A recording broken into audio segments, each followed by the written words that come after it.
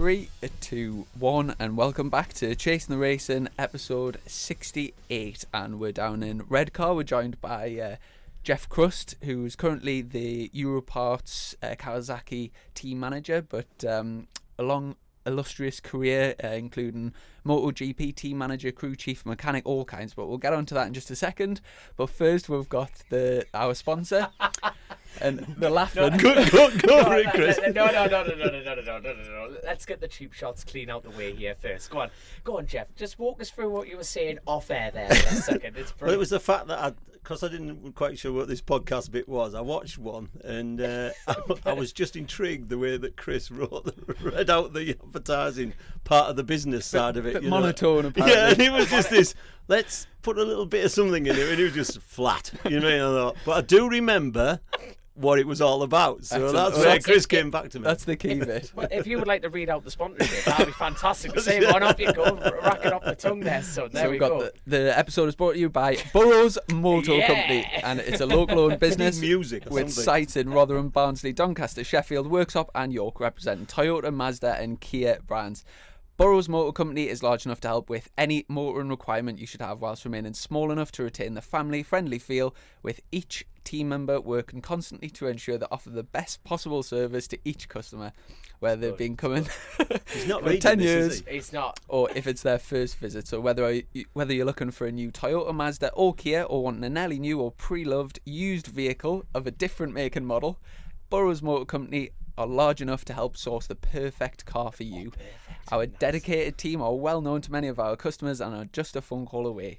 Of course, once you drive away, the service doesn't end there. With great options he's a pro, though, isn't he? to help you maintain your vehicle in tip-top condition, and fully manufacturer-trained technicians, body shop technicians, parts and service advisors, and our booking team are on hand to help with any inquiry you have. Just call in or contact your nearest Burrows site.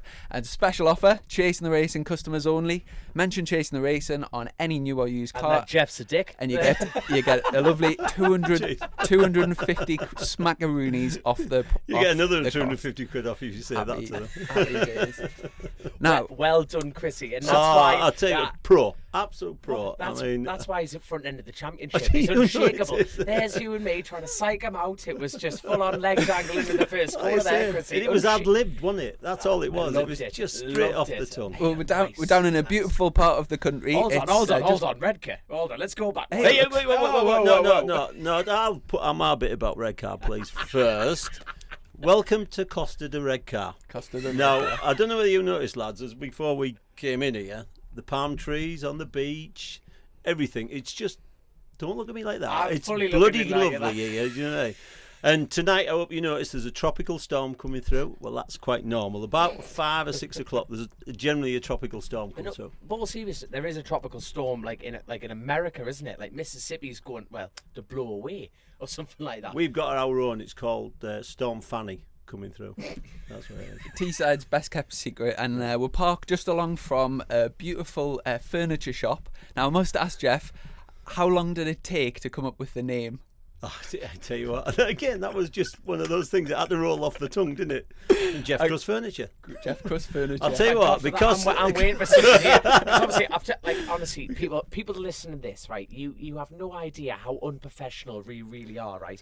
We're 3 dudes meeting up in a car park, right, in the middle of nowhere next to an abandoned building.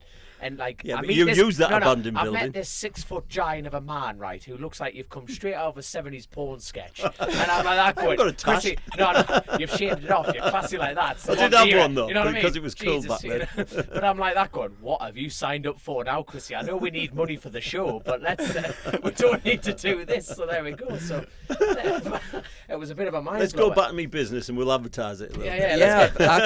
Actually checked it out on. You've got an Instagram page there, GC Furniture, and it does actually. Right, get straight on this. Carry on. Looks like a quality shop. Obviously furniture, but what exactly do you do? Well, now I've retired, so my daughter runs it. So it's a little bit more upmarket, as in she knows how to do Instagram and all the rest of it, and Facebooks, and moving the business into the 21st century. And it's working. Bless her. She's pushing it on. So I'd said to you earlier, she's promoted me now, and I'm now officially the delivery boy. Fantastic. So I'm on it. So you know what I mean? I'm on it. Because it's gone in one ear and straight out the other. What's that Instagram again? GC Furniture. GC Furniture. Right, here we go. Furniture. Got a nice website as well. But I tell you what, before obviously we'll get on to your career and where it all started and stuff. But obviously we've just came back from Snetterton BSB, and on the same weekend there was also a MotoGP race. First of all, Snetterton. There was some real good close racing, and obviously, being the team manager of its GR Motorsport, Brent Gladwin's team. Yeah. And this year, a new sponsor. If it was formerly known as the WD-40 Kawasaki, a very infamous looking team, and it's just changed the brand into, is it Europarts?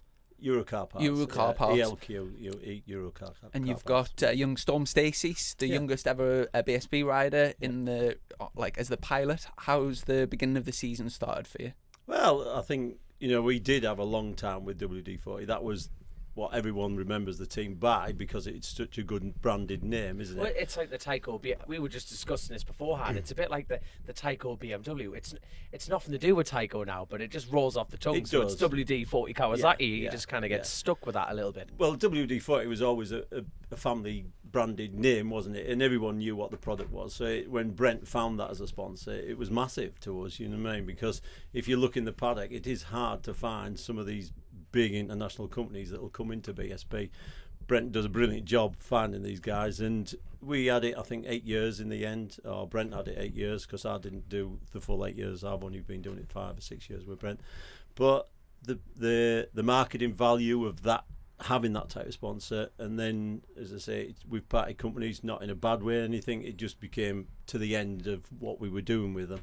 People moved on and things like that. And when he found the Euro car parts, it was like, what we do, he's done it again. He's found a good name sponsor, and hopefully off the back of that, when everything gets back to sort of some normality, then that's when you can play off that sort of branded name, because them guys are huge, you know what I mean, and they are pushing like hell with their new company name and what they're doing. So that's part of this business, isn't it? That you have to find these guys, And obviously we're what I would call rounds in, but I think BSB are classing every race as a round now, so sort of 6 races in after Snetterton. How was the start of the season went for you? Well, when we came up with this idea to put Storm on the bike, I think you remember last year we had him on the stock 600, and was that the first year he was with you? He's only done 1 year at stock 600 for yourself. Exactly. He came from basically Moto 3, and then Brent had a chat with me about this young kid, and he said, I want to put him on the 600. So I said, yeah, let's go for it. And really, at the beginning of last year was the first time I met Storm, and he was this gangly kid that arrived at Silverstone for the BSB test, and he was just a strange character, but he had something about him, and the more I learnt about him and during that year and things like that, he was just getting better and better. And from probably Knock Hill, I would say that was his turning point, when he realised that he could win these races, and he literally just turned it around from then on. And going into the last round, we had a shot at winning the championship, and he actually led the race, the last lap, with 3 corners to go. If he'd have won the race, he'd have been champion. It flicked him out the seat. He had to get off the gas. He took the lead, flicked him out the seat. He had to get off the gas. The other 2 cars, and McGreevy won the championship. But it was as close as that. It was tight, wasn't it? It was so tight.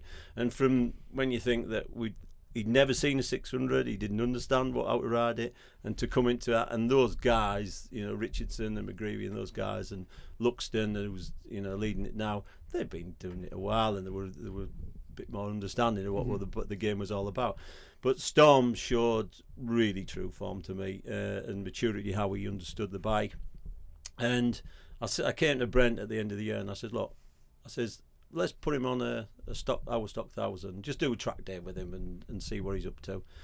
And Brent says, yeah, go on then. So we booked a track day with No Limits at Donington, and we let him have a run out on it. And bizarrely that day, Westy was there and Ben Curry on the 600s, and Storm was having a look at them, because we were in the same garage and stuff, and I guess Storm literally by the 3rd session was backing it into the Melbourne loop.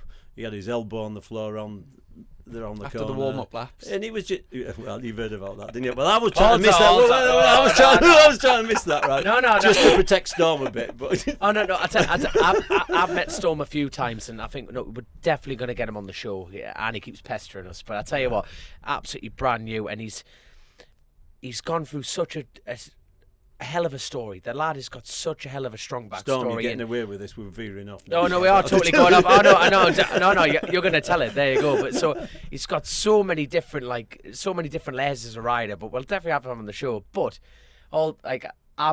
I need to know what's going on here, lads. You can't. Right, the lad's got thick skin. The lad can take it. Let's go for it. Little whoops on the warm lap. But I tell you what, I watch most superbike sessions, especially this weekend. I had one race myself, so I had a lot more time, and I study a lot of the superbike sessions, especially the corners that I'm struggling in and whatever. And I've got to say, I've been really impressed with Storm so far this year. He's taken his time. His lines are very good. He doesn't look, it's very easy when you get a chance in superbikes to, that. Yeah, exactly. Go for it and end up, crashing and things. He looks very calm, very safe, and you can tell he's like learning step by step. And if he continues on that, I think it'll be a very good, relationship for you. Well, like I say, when we put him on the stock within, say, 4 sessions, I said to Brent, that kid, we've got to put him on the superbike, just because how quickly he adapted to everything, and he was absolutely phenomenal, and you can sort of see that he was trying to understand the power and stop it wheeling, etc. And so Brent, well, that's the maddest thing you bloody said, and I said, well, it's worth a shot. So if we can do it, let's try to do it. But obviously, he was 16-year-old. Well, 16-year-old, and you can't do it and things like that. So we had to speak to Stuart Higgs and how can we do it if we can do it. Stuart was full on. He liked the idea of it all. So then we had to speak to the ACU. They had to speak to the ACU. How could we get him in because he was underage? You can't ride one till you're 17, and etc. etc. So it was all getting a little bit complicated. But we thought if we can push it, and let's have a go with him, you know what I mean? So we spent a lot of time behind the scenes to try and get that ball rolling. And when it all sort of clicked into place, it was like, right, here we go, And we took him to the BSB test at the beginning of the year. And was that in Spain or where was that in the world? So the first one, it was at Monte Blanco, and then we went to Jerez. But in Monte Blanco, the Storm turned up and he didn't have any, he had his old leathers and stuff like that. So he wasn't this prima donna kid. He was just trying to think, I'm going to ride this superbike, and that's all he could get in his head. And then when he started to see other riders turn up, he was going, shit, I'm going out on track with them lot, you know what I mean? And I'm the beginner. And I said, Storm, just enjoy it, just... See, I've only met him a few times. Was he actually quite fazed by that? Because he's a confident, and he can ride a scooter fast. He can ride anything fast. It's great to hear from my point of view that he was, well, quite frankly, realising where he was. Thinking, this is a huge moment. Because those guys are all experienced riders and all that, and he thought, Christ, I'm going to go out on the same track as them with the same type of bike, and what am I going to look like? And it's always that apprehension, I think, from anyone you do it. But I said to him, just go out and have some fun. Just have fun, and you'll be fine. And literally, he just went out, and because he'd never beaten the track, so he didn't understand the track, and all the other guys had beaten the track and stuff like that. And he thought he's just going to be a mobile chicane, but he wasn't. Within a day, he picked the game up. He knew what he was wanting. And we just kept chipping away at it. And by the end of it, I think he was probably about 15, 16 fastest. Wow. And you just think, Christ, that kid's never been here yet. He's never ridden a thing. Yeah, as a starting point to build on, that's a fantastic start, isn't it? Well, that's it. And when you look back and you're thinking, I think it was just under 2 seconds off the fastest. And you're thinking, well, that's a workable gap, isn't it? Yeah. Of course it is. Have you worked with anyone like that similar in the past? I'm trying to, when you think you get... Do you mean like super talented? I've never worked with Chrissy yet. Get your tongue out of his ass, man, for God's sake. No, anyone like that, you just thought they've stepped off another class, because I've, listened to the BSB commentary and stuff like that, and a lot of people are saying that you're almost better getting a 600 rider and putting them straight onto a big bike, like a super bike that is not stock fouls and almost polluting their mind. What do you make of that?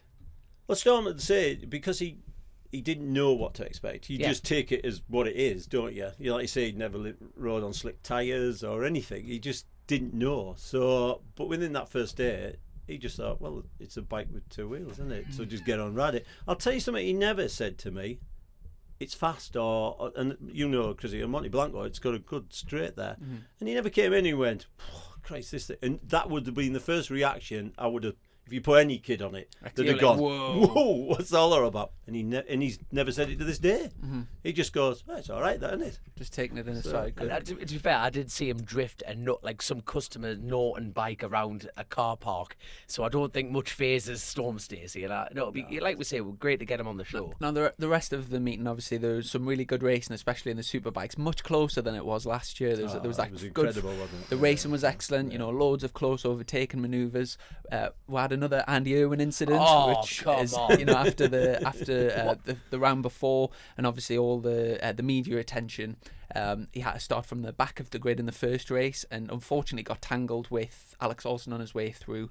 And it looked I like still don't quite understand that rule. In any case, the kid's gonna do what he did, got himself into bother, and then you find him on the back row, where he's and then find more bother, a load more bother in front of him, and he ain't going to stop, is he? He's just going to keep doing it. I think they actually adjusted it, and after the Vickers incident, they didn't make him start from the back, but I think they maybe took championship points off him or something, and just demoted him 3 places on the grid. But yeah, so he was really unlucky to get involved with that. I haven't actually seen the footage from above, but on board it just kind of looks like two people going for the same bit of the track, and his bike cartwheel, like he must have really done some damage.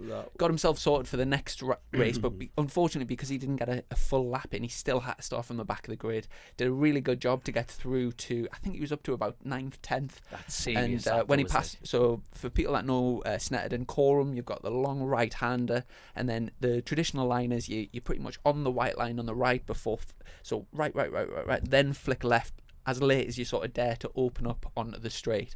Now, a fantastic move around the outside of, it was like a real ballsy, skillful pass to pull on a top 10 BSB rider. No, it was class. However, coming to then, basically, he made that pass loads of times safely in the third race of the weekend. The issue that he had was when he passed Vickers, he then came back to the white line and left Vickers nowhere to go. And I really felt sorry for Ryan, because after such a crash-filled season last year, he's really matured this year. And I spoke to a few people in his team before the season started, and they said what we want for Ryan this year is we don't want to see him going really fast and getting like a 5th, then crashing a few times, then front row and then crashing loads. We just want him consistently in the top 10, and he started the season absolutely perfect. 10th, 9th, 10th, 9th, 10th, 8th, around that sort of area, consistently banging in the points and learning, staying on the bike. And unfortunately got collided with Andy. But to be fair, he did cut back in front of him. Yeah, it was 100% Andy's fault. It was his fault. And I mean, just out of interest, what did you make of the Brooks incident? We've discussed this on the podcast ourselves, but it's a talking point. Do you have a particularly strong opinion? We're not having a pop at him. It's just it's an incident. You know what I mean? Far from it. The first sort of signs that I saw of Andy Irwin is that we did the Supersport with Taron at the same time as he was coming through, and I watched that kid, and as he was, starting racing on the 600s and things, and he was like that on the 600. He just hasn't changed. But the difference is when he was on the 600, he wasn't as fit as he is now. So generally, I used to say to Taron, don't mess with him. Stay out of his way. Just sit behind him, because after about 5 or 6 laps, he'd wear himself out. Really? And he did, and he used to get slower. Because he'd be on the grass, he'd be doing mad manoeuvres that you just think, where's that one come from? So I said to him, don't get involved with him, because you don't have to. The race is 12, 14 laps or whatever. So after 5 or 6, he'll peter off, and generally he did. The thing is now, he's fitter. Exactly. So he can keep that up all the way. But to him, he's never changed. It's not as if he's just become this type of rider. That's how he races. Do you feel he needs to change, or do you feel like we need characters like that in the sport? It's not the character. The hunger. The hunger you'd never want to take out of a kid, because that's what racing's all about. That's his ambition. That's where he wants to go with it all. The only trouble is you've got to respect your other riders. You've got to. I've seen in my life of racing injuries that you don't want to go there. So don't put your other in unnecessary risk. Yeah. Don't put the other person out on the track in that position, because if it goes wrong, it's a sad way to go out of the game. So if you were working with them right now, so how as a management role, do you keep that hunger and teach them about that respect? That'll be, that's not like a 5-minute conversation, is it? Or is it? Please tell me. No, it isn't a 5-minute conversation, but I think it's one of those things that it's just to rein that bit in. The kid's fast, so you don't take that away from him, but he's got to understand how he should be fast and where to go fast. Because I think I was listening to one commentary, and I think Rob Back had tweeted in saying, Christ, he can just pass anywhere. And he's got a good motorbike, and he does, like you say, Chrissy. To do that manoeuvre around Corums is weird, because you just think, well, I'm on a decent line again, and I'm going fast enough, and then this kid comes around the outside of you thinking, what the hell is that all about?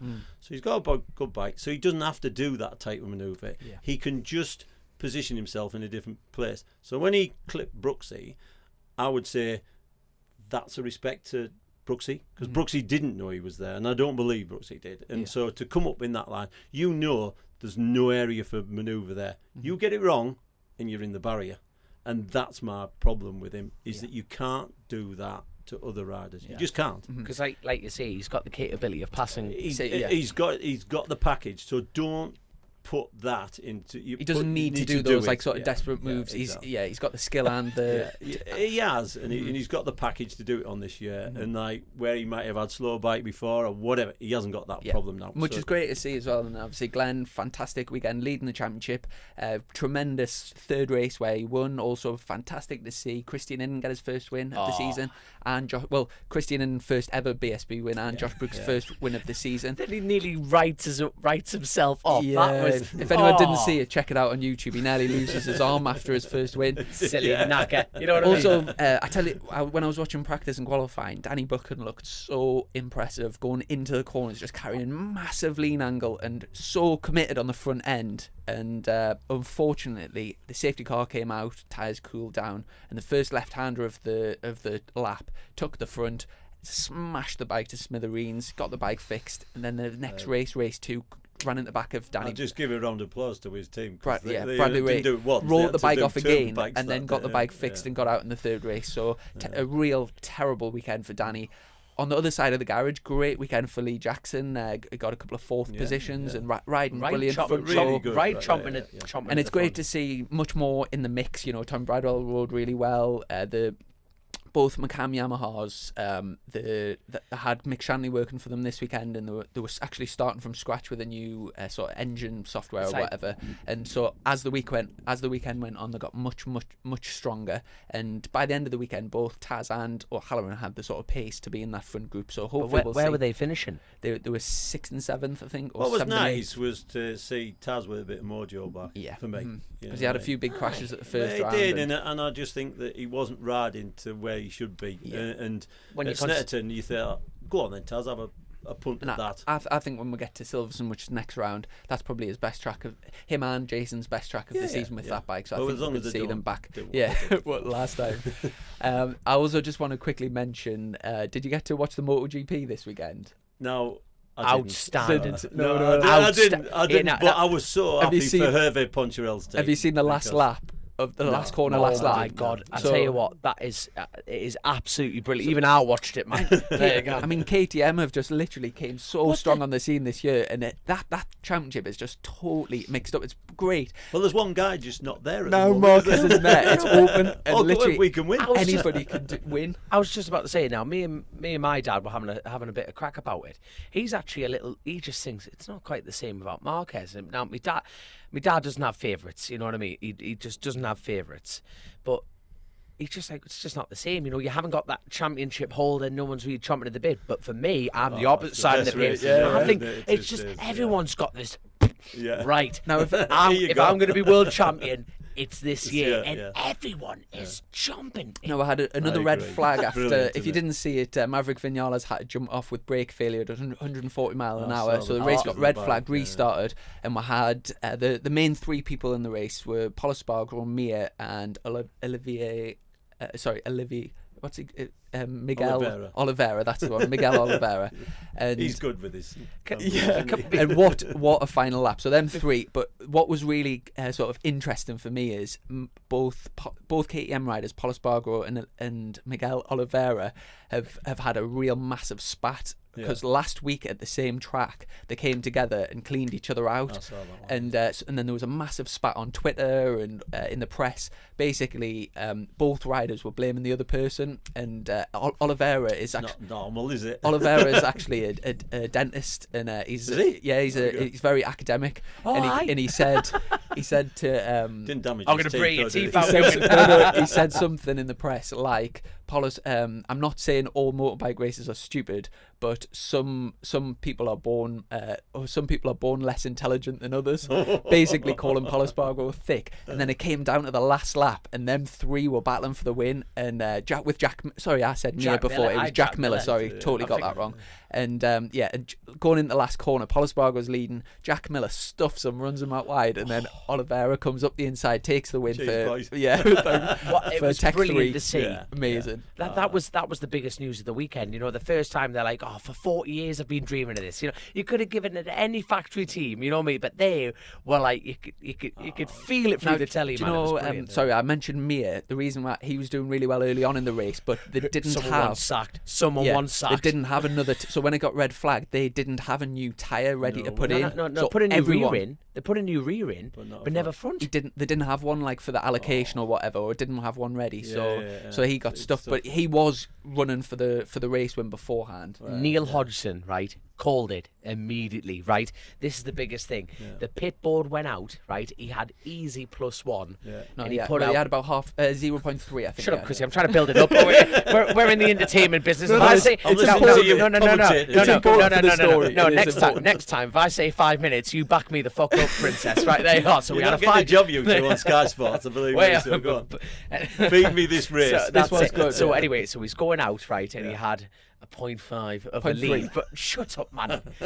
So anyway, he sticks his pit board out and it's like +0. Neal Hodgson starts screaming at the telly, going, "What are you doing? What are you doing?" And even I'm sitting there going, at no point did this twig with me at all. He was going, tell him the truth. I'm going, well, what's going on? And Neal Hodgson said he's going to ride defensive the entire lap. And you think, well, of course he is. It's +0. You think he's right there up on his arse. So the first, one big corner where they had that, where the Rossi near miss came from, he just went in and hugged the line all the way through, had no corner speed, and it just allowed everyone to bunch up. So there's two people getting sacked: the front tire guy, right, and the pit board guy. You know what I mean? He's standing there going, "Yeah, part of the team." It's like he's getting his P45. Well, he's not the pit board guy. He just gets told what to put on the but it was his face last, son. It was his face last. It's like Mr. KTM's going, I want him killed. I want him killed. That's it. Well, you wouldn't do it in Austria either, would you? Before we leave the MotoGP or whatever the next question is, can we talk about a professionalism? Yamaha, Vinales. Was it Vinales? Mm-hmm. Yeah. Do you notice early in the race he had a bike problem? In that race earlier, he rolled, he had loads of problems, and he's pointing down at the bike and all sorts. 2 laps later, he's bailed. Now, Mr. Yamaha's probably sharpening his samurai sword up, going, right, I want him sacked as well. I think that he's had What do you mean? Right, at some point he's had a huge mechanical riding the bike, and then he's carried on going, and then wrote the bike clean up. I tell you what, that hit some force, that mind. What do you mean, though? No, so it's a bit like if he's had brake failure beforehand, he should have pulled on. But that's easy for me to say. Of course it is. He's out there doing a job, battling for championships. But in the same breath, it was a bit like there was a problem with the bike for him to. Yeah, but you see that quite often, don't you? Where of course if they're not sure, look at Carl Ride at the weekend at Snetterton. You know, he knew there was an issue with his bike. God, he's unlucky, isn't he? He is so unlucky. Should he have pulled in or should he have pulled off the track? Because he didn't know, did he? You know what I mean? But then he had probably a similar problem at Donington, so he maybe thought, hang on, it's the same field, and I'll get away with it. He's actually riding really well at the moment. He's riding brilliantly. He's just unlucky. His points don't actually reflect his pace because he's had a few sort of unfortunate errors. He's at the front. He's probably howling at the front, isn't he? And then he's come back stronger this year, hasn't he? So that opportunity he had last year, and he's taken it with both hands. And I think, he's good on him. I always thought when Carl, again, he was one of those kids that I saw through BSB when I started to do BSB. You see this kid and you're thinking he has got some again, and it sort of petered off, didn't it? When he went to Worlds and the Super Sport, and I remember seeing him at Donington on that round, and he just didn't seem interested and things like that. And you're thinking it's a shame because he had the talent to get him there, but then it never really worked out for him.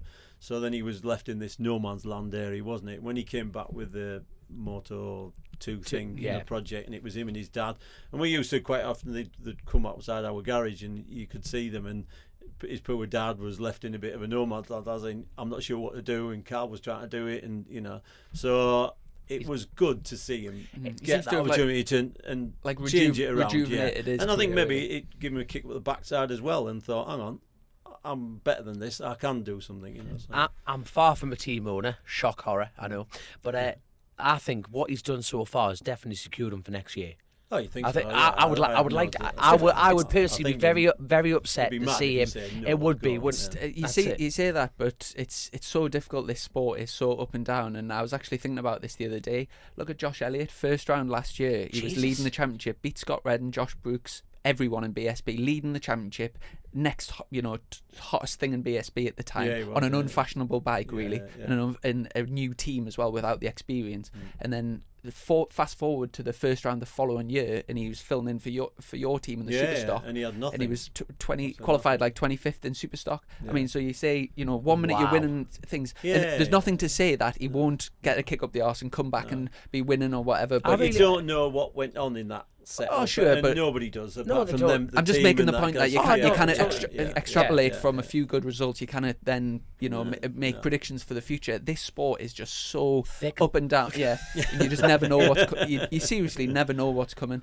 But obviously mention about MotoGP, and I know you've got a long interesting career linked with MotoGP. But when I was doing obviously Googled your name, a little bit of homework. A little bit of homework, Geoff. I just thought you were in porn. So there you go. A little bit of homework, and I see. The important thing to remember is I like you. So you're welcome. Was I good at the porn? I see you did a bit of racing in the 80s, and I didn't know you actually raced. So tell us about how you got into racing in the first place, and like what bikes you used to race. Well, and that type of thing. I'm going to mention my dad, because it was my dad who got me into racing, and it was one of those that when I was growing up as a kid, my dad raced, and so we generally ended up at a racetrack somewhere, and it wasn't road racing, it was grass tracking or stuff like that. But that was always interesting. There was always motorbikes in the garage. In fact, we had motorbikes in our house, not in bits, but my mum had to forsake a living room because my dad wanted to keep certain of his special bikes in the living room. Brilliant. So it was just that's how I was brought up. Proper bloke. Exactly. It was as well. I'm going to the pub because I can. I'm smoking tabs and the bike's in the front. Yeah, exactly. They used to get dragged out at Christmas so we could go and have a Christmas dinner in there. But it was always one of those situations where my dad was involved with whatever he was doing, and he sort of, to be honest, Chrissy, do you know when I met you last week and that we were at Drew Ridge Bay? Well, the reason I was there, and I don't know what you were doing there, was the fact that was that, look, he's going red now. So that's no question here, no lies. Look, I didn't see him in the sand dunes or anything. So I'd gone there because I had a picture of myself sat on my dad's race, because they used to do sand racing there. I don't know if you remember that, but they used to do sand racing at Georgia, and there was a picture of me as probably about 6 or 7 year old, and I was sat on the bike with my dad coming off the beach between the sand dunes, because they used to park the vans and that in the car park area. So I was trying to relive my youth a bit and thinking, because I hadn't been there since I was that old, and I was thinking, I remember my dad talking about this Drew Ridge Bay, so I went there to try and find or even look what it was. Sort of my vague memory was letting me remember.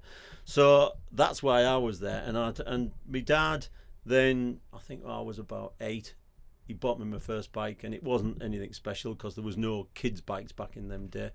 And bizarrely, he brought me down on the beach down here, and he said, right, we're going to teach you how to ride a bike. What bike was it? It was a BSA Bantam. Oh, so hardtail job, fantastic. It was, and I think it cost a couple of quid. You know what I mean? Green? Was it the green? It was as well. I see. Chris is looking at me. He's an anorak on him, and you can see where this one's going. I've got one of them. He knows numbers. I know life. So there you go. But I always remember when he brought me down because it was foggy, and you like we are at the smog bit. Yeah, exactly. And he started it up. He set me on it. He said, "Right, here you go. Put it in gear. You let that clutch out and off you trot, you know." And he goes, "I just disappeared in the fog." And my dad thought, "Oh Christ, where's he gone?" You know. That's one son. And I thought, well, if I can't turn it around, I'm just going to end it in the sea sooner or later, and it'll stop. But anyway, I managed to turn it around, and that was my start of riding a bike. So I was probably about 8-year-old then, and like I say, there was no schoolboy racing or anything, but my dad was involved with the Sand Racing Club, and he actually started that club when he was younger. What year was it? Sorry, I just want to So that would have been 72. 72. Yeah. So what was a bit strange about then, it was that, let's say, the kids wanted to race, but there was no class for them, so you couldn't race until you were 16. And then a schoolboy class appeared. So my dad said, "There you go, you can go racing." So we built a bike. Again, there wasn't a bike you could buy, you know, off a shop or anything. So we built our own, and it was a Villiers then. It was a 197 Villiers. Oh, nice. And so I raced it on the beach, and that's where I learnt about racing. And I don't know whether you've ever raced anything on the beach, but it's a bit like dirt tracking or long tracking. It's got the same sort of feeling. Do you know what I mean? It's because it's in an oval, and we have generally a good beach down here, so it was always a good place to go and ride. And because it was on the doorstep, it was easy to do. My dad was involved in it, and that's how I started racing. And then when I was 16, I progressed to the adult side of it. You see, what upsets me is we have as far as the Northeast is concerned, we have the motorcycle fraternities going, especially the racing side. Completely. So scrambling and everything, sand racing. So how far did the sand racing go? Was it all the way up Tynemouth, Whitley Bay, all the way up to Bamburgh, and was there race meetings all the way along? Well, there? my dad ran the Tyne Tees Sand Racing Club, which was this one, and that basically consisted of Saltburn, which is a bit further down the coast, and this one here. But then I think the northeast area took over the Druridge Bay and places like that. But there was certain ones, but because my dad didn't have time really to drop everything and take me racing, we just concentrated on just these little bits here. What did your dad do for a living? He worked at ICI at the. I was about to say the furniture shop there. That's a family tradition here. No, well, it was one of them as well. Where back in them days, there was two main employees in this area. One was the steelworks. Obviously, you've seen the blast furnace still there, although it's finished now. And ICI, the chemistry industry. And when we were at school, you literally went there or there. You know, and that the was left Twix and the right Twix. It was. And my dad kept saying to me, "Son, don't ever go into them businesses, you know, try something else." And so my dad was real adamant he didn't want me to go in at ICI British Steel. So back in them days, you were literally forced to do that, you know, both exams for both type of industry, and you were picked to go in one of them. But the thing was, it was like, "Okay, Dad, what am I going to do?" And then my dad said, "Well, why don't you sign up and go in the RAF or the Army and learn a trade in that?" So I actually took my exams to go in the RAF. I passed them, took my medical, had a signing-in date, signed up for 9 years, was going to join as an aircraft engineer, and that was going to be my life. But in the meantime, I'd finished school, and my dad said, "Well, you ain't going to sit on your backside." And he said, "There's two guys in Redcar who were just opening a bike shop." He says, "And you're going to go and work there for a few months until you go in the RAF." So I said to me, "Well, fair enough." I didn't want to sign on, and back in them days you could get social or whatever. So I went and worked at them. And one of the guys was a guy called John France, and the other one was Graham Petit. Well, the bike shop was called Petit and France. And I started there, and they got a Yamaha dealership, was the first dealership that they secured. I guess I'd been there 3 months or something like that, and it was due to go in the RAF. And they'd said to me one day, "Oh, we're looking for an apprentice." Basically, it was just them two guys and me. "We're looking for an apprentice. Do you know anyone?" And I thought, "Well, I can do that. You know what I mean? I fancy doing that job." And I went home and I said to my dad, and I said, "Do you know I'm meant to be going in the RAF?" And he went, "Yeah." I said, "Well, I want to do that now." And he said, "Well, it's up to you, son. If you want to go and work there, as long as you're not in steel or chemicals." Exactly. Yeah, as long as you're not coming into them industries, go and do it then. And that's it. Well, how it happened. I said goodbye to the RAF and said, "Thanks very much, but I don't want to come anymore." And I started working in Petit and France motorcycle shop, and then they turned from not just a Yamaha dealer. They got all the major dealerships, and the company grew and grew. But one of the good things about when I started there was both of those guys road raced, and so the both. Sorry, tarmac or road? Road, as in Croft. Right. Sorry. So road racing, like Chrissy does. So short circuit. Not pure road racing. That's it. So, man sport. But they did Scarborough, So that's there we go. I'll forgive them. And then they said to me, well, you can come and help us. So I literally finished work like at 5 o'clock, my normal day work in the bike shop.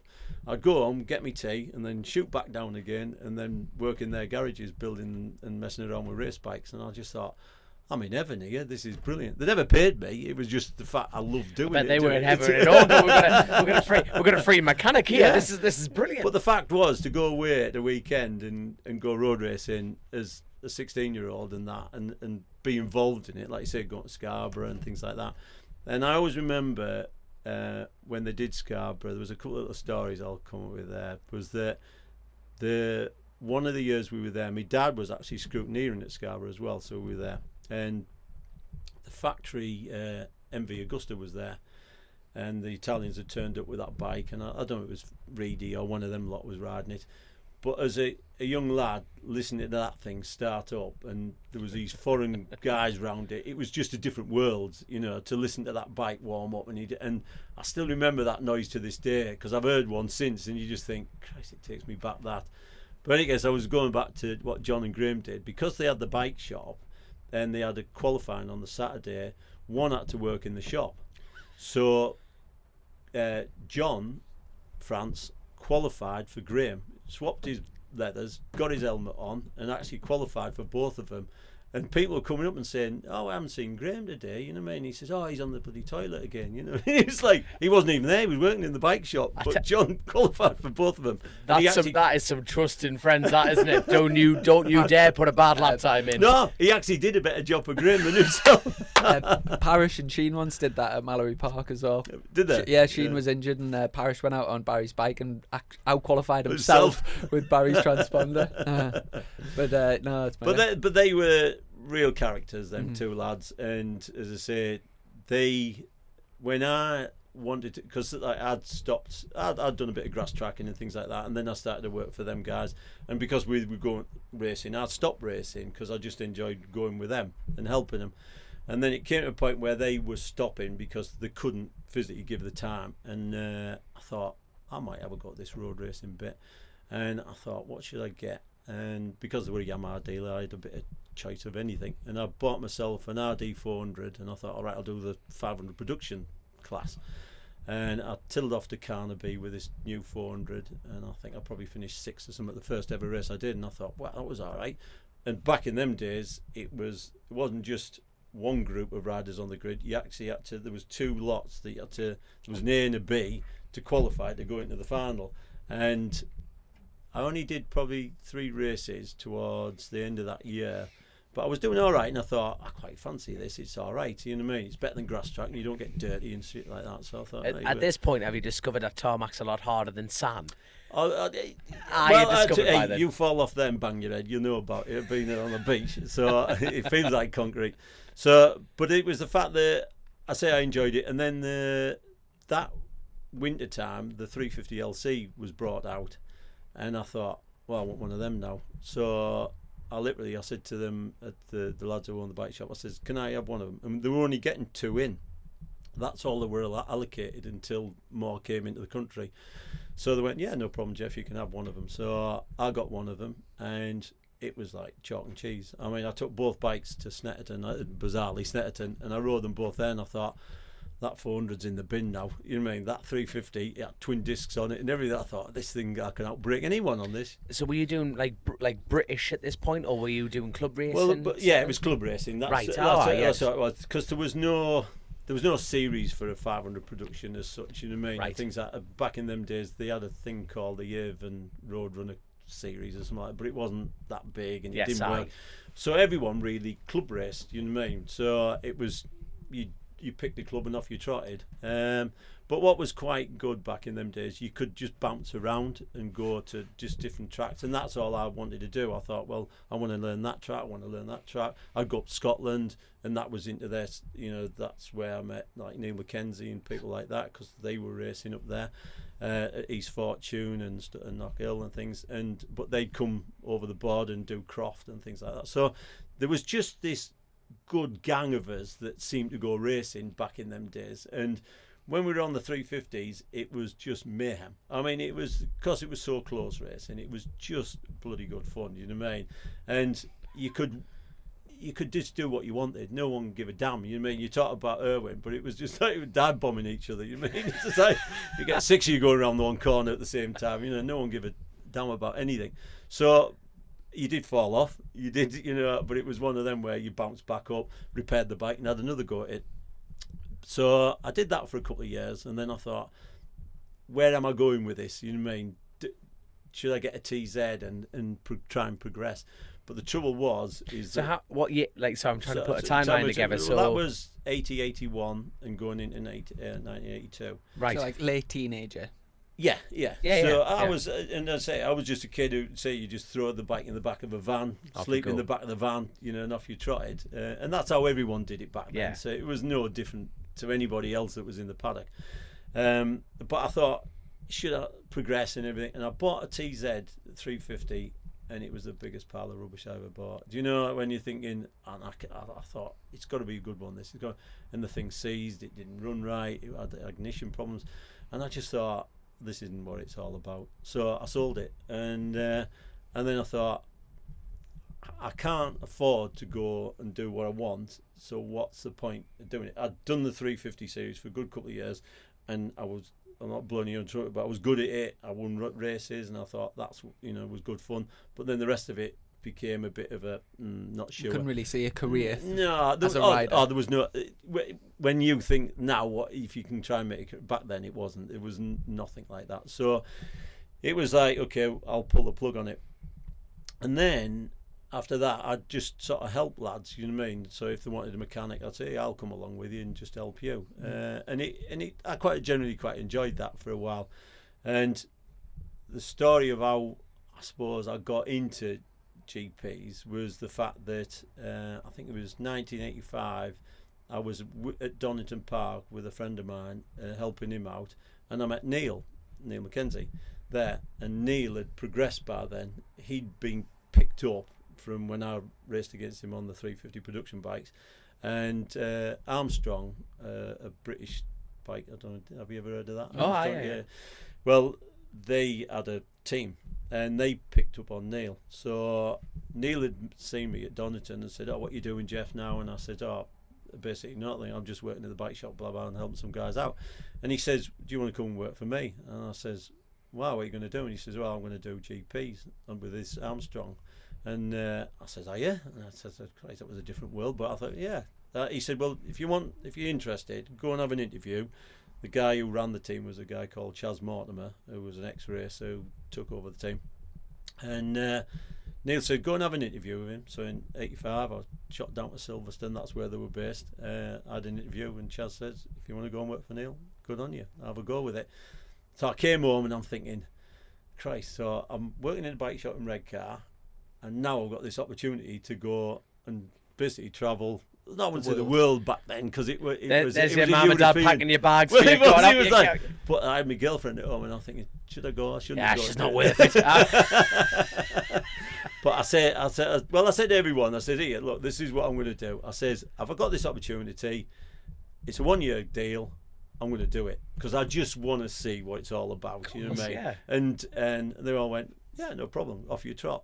So I literally did, and it was just this most bizarre situation because back then we did World Championships or GPs, and we were doing British Championship, and we did the 250, 350 British Championship and the 250 World Championship, and then Chaz Mortimer, with the guy around the team, would, as soon as we jumped into Europe, instead of coming home anyway, he'd say, "I've got you another race this weekend." And we were doing road circuits as well. Anything to make money, Chaz would have us doing these races. And so I just think, I disappeared for this year. I lived in a caravan back then because that's the way the paddock ran. Yeah, I lived out in a caravan outside the workshop. You left England. I remember Chaz saying to me, right, the first race I think was in Jarama near Madrid. I'd only ever been outside of the UK once on a holiday on a siesta bloody bus to Salou or something, you know what I mean, on a holiday. And then this guy said to me, there's the van, there's the caravan, and I'll meet you in Jarama. No, when you started this... Head east. No, but it was like, there was no sat-navs, there's no mobile phones. You know, when you started this story and you were talking about the sort of life opportunities for people leaving school in this area, and then you compare... I mean, we live in a different world now where everyone's, you know, it's not such a big thing to, like, say, fly off for a weekend somewhere. But back then, that's when huge. everywhere around here was working in a factory, having the opportunity to travel the world, driving around, you know, all around Europe, going to all these exotic places must have been amazing. Well, it was as I say, for a kid out of Redcar thinking I could have ended up in ICI British Steel, and I'm just thinking, here we go. You know what I mean? It's like, and I was doing something. Well, I was doing something I loved as well, and it was like, and they're paying me. It wasn't a lot, by the way, Chaz. So, but it was like that opportunity fell here, and you're thinking, if you don't grab it, what's life all about? You know what I mean? Because it was 1 year out of my life, wasn't it? Which I thought. I bet you got some dodgy looks. I bet you got some dodgy looks in the local, all teeth, tits, and tan. You know what I mean? Just sitting there. Hey, where Tash then as well. Where's the young'un been? But you imagine, so it's like, so we had when he said to go to Jarama, it was like, hang on a minute, so. Where do I actually, you know, Silverstone Circuit, do I go left or right? You know what I mean? And so I guess we had a map in a book, you know what I mean? And off I trotted. And we got across the water and I headed south. And I think it was about 3 or 4 days later, I ended up in Jarama, in Madrid. Thinking thank God I've made this bloody circuit, you know what I mean? What was it like working for Neal Mckenzie? Well, Neal was a class act. He was another one that sort of, he deserved to be where he was back then, and it was a brilliant year to work with him. It was because we were so busy. I mean, there was only 2 of us. Bizarrely, Simon Bleasdale is the other guy that I work with, and Simon I'm working again with this year. He's in the team, and to have that opportunity, Chrissy, in like, you know, not just do 1 series but do 2 or 3 series and mix it all up. Because when we were coming back to the UK, we were using the GP bike, but we had a 250 and 350 Armstrong. Well, Donny McLeod, another rider, have you ever heard of Donny McLeod? No, you do, I just won't remember him. But he was a Scottish rider. But so they were both Scottish lads in the team.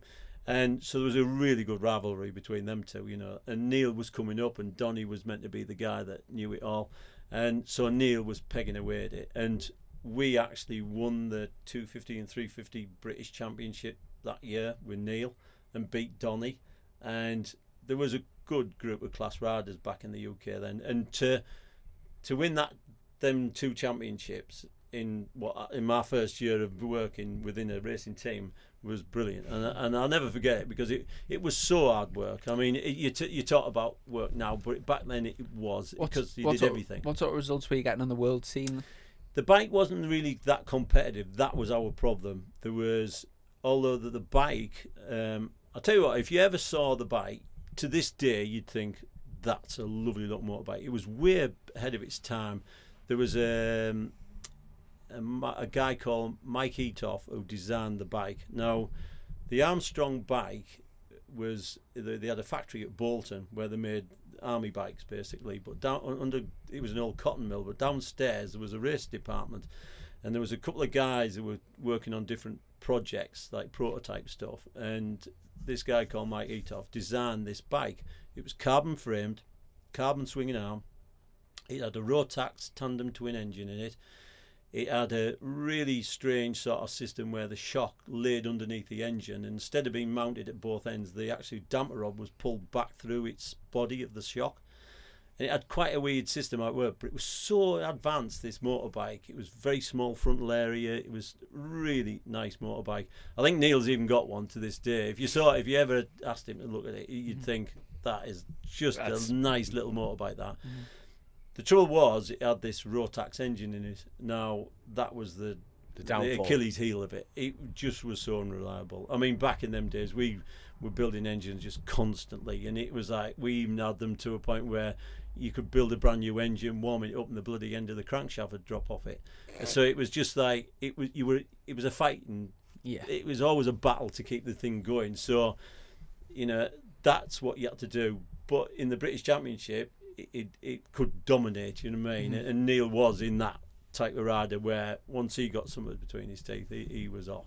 So obviously starting your GP career as Neal Mckenzie's mechanic in the 250s and whatever, what was your next step?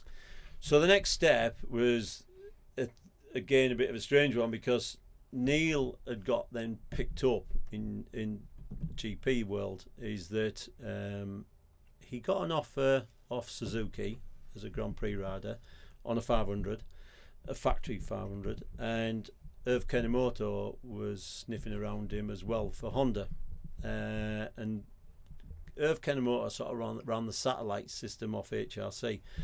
And in any case, Neal had said to me, look, I'm going, Geoff, I'm not staying with this bike anymore, I'm moving off Armstrong, and I'm thinking about going, these are the two options I've got. In any case, you'd be mad to turn the factory Suzuki ride away. So he said, I'm going to go and ride it and see what it's like. So we turned up at Donington, and Suzuki, as it was then, it was Heron Suzuki, they brought this factory bike over, and there was a Japanese engineer with this bike, and we stood there and looked at it, and you just thought, that doesn't look like a good motorbike. It just didn't look right. And Neal rode it, and he came in, he says, it's not what I expect that. And to have that opportunity and think, it's not what this is all about, you know what I mean? I bet he was proper deflated after that. I think he was, because it would be a huge opportunity. And this was meant to be the factory project, you know what I mean? But it wasn't right, and Neal then jumped to Honda. Well, that year Neal took off with Honda and did it that way. But what came of that is that Suzuki contacted me at the end of the year and said, look, will you come and work with us on this project? And this is on the 500. This is on the 500. So it was the first year that the factory had come back into GPs with a 500. It was a V4 engine in it. So, in any case, I said, yeah, I'd love to, you know what I mean? And again, it was then this stepping stone from Armstrong, doing the GPs and 250 and 350 British Championship, just to be a factory effort, doing all the GPs, and that's all we were contracted to do. And it was a full-on Japanese contract deal. And so I said, love to. Why not? Here we go again, you know what I mean? But this time, instead of living in a caravan, we'd upgraded. So we were flying in aeroplanes. That's it, the silver spoon. Living in hotels. But that was the difference, you know what I mean? The factory had the funding and everything to do it. Sure. And that year was the first year that Kevin Swantz was then contracted into the team as well. Was this the Lucky Stripe? No, this was the very first year they ran it was actually in factory colours, so it was just blue and white. Right. So the Japanese factory had put the whole project together. They wanted Swantz over from America. Swantz was still contracted to Yoshimura Suzuki in America doing AMA stuff, so he had to try and figure out how he was doing that and the GPs. So he said to him, look, I can't do every one, but I'll come in between it all. So he really did just do probably half a dozen that year rounds. But what happened is the project then moved on very quickly, because there was an English guy called Kenny Irons who rode the bike as well that year. Now, Kenny didn't, in England he had the experience, but in the World Series he didn't, and he struggled a bit to understand it, where Kev would just appear, ride the thing, be fast on it, and then Kenny tried to emulate what this American kept doing. So, in any case, at the end of that year, the project was starting to snowball, and Kev would have to come over full time. So the team changed again. So it evolved into the Pepsi Suzuki team, which I'm going back a bit again, but again, very famous scheme. Very. So we got sponsored by Pepsi, massive thing, and it was like, and it took off, and then Kev had come over from America. Oh, on first name terms now, is it? Well, that's it. Well, it was. What? I'll kid Kev over there. There you go. Or Kev. What? I'll tell you what. Well, Kev did become a good friend, and it was always one of those where, when Kev first came over as well, he said to us, he says, "Oh, can we be friends?" He had to do Daytona. That was part of his last of his AMA deals to do Daytona. So Kevin said to us, "Hey, do you fancy coming over and helping out, whatever?" So we shot over to me and the guy shot over to Daytona, and he won that Daytona 200. So to be involved in that era of what he was doing, and he was this little star coming across, wasn't it? But the thing was that Kevin had to then learn Europe and how to travel around Europe and all that. For like hundreds of thousands, if not millions, of people your sort of age, Kevin Schwantz would have been the childhood hero growing up, and like an icon of the sport. So to be his mechanic and like and to call him Kev, to be his mechanic and to be going all around the world with him and spending time. I mean, it's such a unique and like sort of fortunate opportunity. That's how Piggy feels with him. You know what I mean? I'm in awe of him, you know. No, but it was funny because, like you say, even when I did GPs with Neal, is that back in them days, everyone lived in the paddock. They didn't go to hotels as such, you know what I mean? So it was like you would see, like I remember one night we were in the paddock and we were having a few beers and there was a barbecue going on, and there was like, say, Wayne Gardner, Eddie Lawson, these type of riders who I was like, shit, these are the big hitters in this paddock. But they were there just chatting to you. They were just not like these normal guys that are around you, you know what I mean? And back in them days, say there was no mobile phones or anything, and I was writing letters back home saying, "You won't believe who I was having a beer with tonight," and he was like, and I haven't seen this since I was 60. Are you impressed? Because I am, you know. But that was the way it was. Do you know when you were coming back and going to the local? I bet the locals just thought you were Barry bullshit. Yeah, exactly. Or here he comes again with a bloody story. But I bet not many people knew at that time who you were, like what you were actually achieving. You know what I mean? You were walking in going, this is a bit wasted air on you lads, kind of thing. You know what I mean? But to us, it's like. No, jaw dropping, isn't it? It's it was to me. It's really the world I was living, and then coming back home and spending that bit of time at home, and I was thinking, it was so surreal. Different and so completely different. It was just weird. You know what I mean? That I just kept disappearing for a period of time. I was about to say, I bet coming home to see the family, great, but I bet they'll be like, right, yeah, that's great to see you, Dad. Right, I'm off to Artaroo. I bet you couldn't wait to get back out there. Life would be so different at home and away. It was like you say, and I'd go and have a few pints with my mates on a weekend and go out and like, you know, they'd say, "Oh, where are you going next week?" "Oh, I'm off to this country." And like you say, them guys were working in the factories around here, you know what I mean? And like you say, from their one holiday a year where they'd go to, say, Spain or wherever it was, I was bouncing around Europe and around the world, you know what I mean? And like you say, that what was quite strange is that I bet you were that one friend where no matter where you say you've been, I've been there as well. That's nothing. I've been there. I've been there 10 times. There's now worse. Now worse. You're the kind of guy who catches an elephant in a butterfly net, aren't you? You know what I mean? Someone's chuffed to bits because they've saved up the whole thing and got a week in, Cyprus and Butlins. tells you. Well, it's not as good as Uruguay. But what was weird is that when Kev came over that full year, is that we were sent to Japan, and we back in them days we built the GP bikes in Japan. So we were going for like before the first race, we'd live in Japan for 6 weeks. So you get on this airplane, turn up at the factory. You worked within the factory system, which was quite weird because you see things on TV, don't you, where the Japanese factory, they're all doing exercises out in the morning before they go in. And Honda, they have a thing where they meditate at a certain time. But it's true. And then there was us Europeans rocking up. Well, in Hamamatsu at that time, where the factory is there wasn't what they call round eyes there. It was just Japanese. So when we turned up as this sort of group of lads from England as the racing team, we lived in this quite nice hotel. So the Japanese said, "That's a bit more Europeanised," you know what I mean? So, and then we go into the factory on the morning, and they'd pick us up by a minibus, take us to the factory, And you'd see all these guys doing exercise, and you're thinking, should we join in or not join in? Nah, we won't join in. And then we were going into the... yeah, exactly. Fucking going in. But it was like, you go into this development workshop area and build these race bikes. But there was all sorts going around you, you know what I mean? There was like development motocross bikes. There was even electric cars back in them days that were getting designed and stuff like that. And it was so weird because you'd see these things, and there was it. I'll tell you one of the funny things. There was an area that were making wheelchairs, and they had these like machines that were testing wheelchairs with dummies in them, and they'd leave them running 24 hours until something broke on the wheelchair. Well, they had all these wheelchairs in the workshop, you know what I mean, they were messing around with. Well, when all the Japanese cleared off on a night, we'd have wheelchair races around the workshop and just messing about.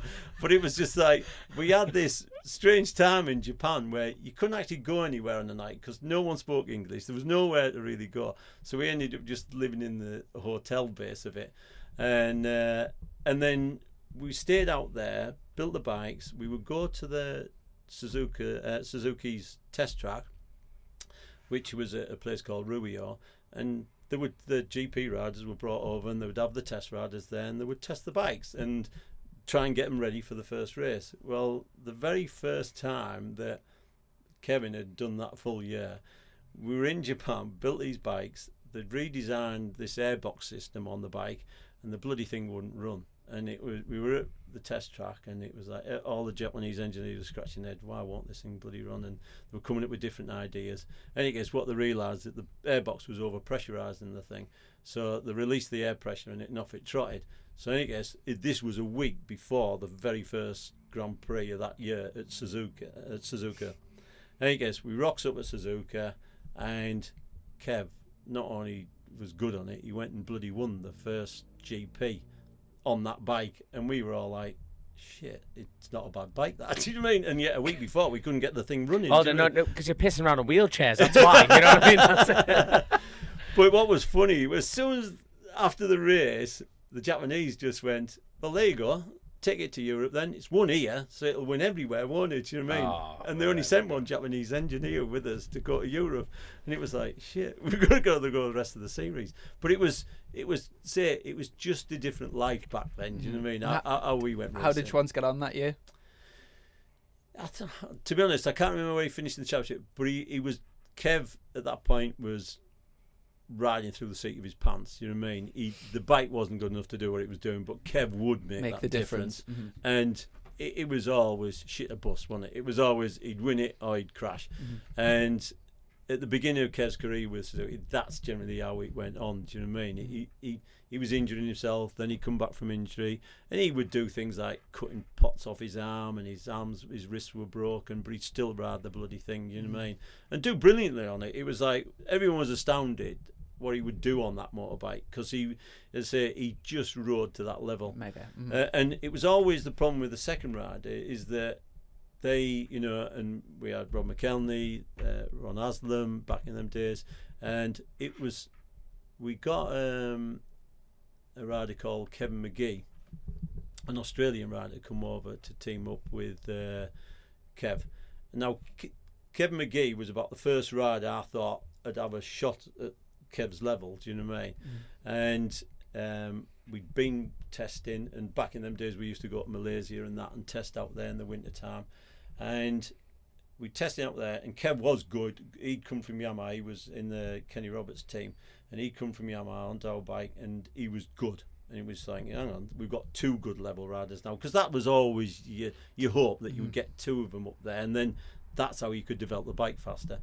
And Kev was coming along really good, and we went to I took a bit of a sad story, I suppose, this in one way, is that we went to Laguna Seca, and I was crew chief in by then for Kev, and his bike wouldn't start, and I don't know where you've been to Laguna Seca, but the start and finish line is slightly uphill. Yeah. Well, back in them days, the riders had to push start the bikes. They weren't allowed running engines on the grid, so to go on the warm up lap, they had to push him off. So we'd cleared the grid, we'd all walked away, and I turned round and saw that he was the only one left on the grid and he couldn't start it.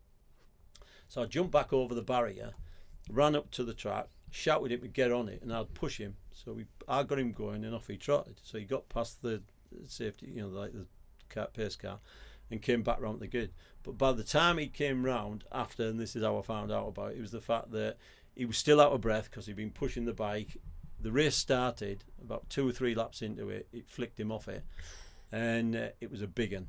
And in racing, when he took a slap, that one, and in any case, his wife and his brother was there, and they'd come to me and said, "Don't worry, Geoff, he was conscious, you know what I mean? The hospital guys have told us, but they're going to airlift him to the hospital." So I thought, well, he's conscious, and back in them days, you generally saw, like you say, with Kevin, he'd flick himself off the damn thing and he'd just bounce back, and your riders would, they just walk back through the door and off the trot again. And so I'd said, right, we'll pack everything away at the end of the meeting. I jumped in a car, drove to the hospital, and I thought, I'll just go and see him, you know what I mean, make sure he's all right, and then we'll carry on. I guess I walked in, and his wife came up to me and she said, "He's not in a good way." And I said, "Oh, I'd get away. He said he was conscious. No, he's not in a good way." So anyway, she said, "Come in with me." So I walked in, and he was laid on and he had a ventilator system on him, and they'd cut a big hole in the side of his head, and he manged himself up bad, like really bad.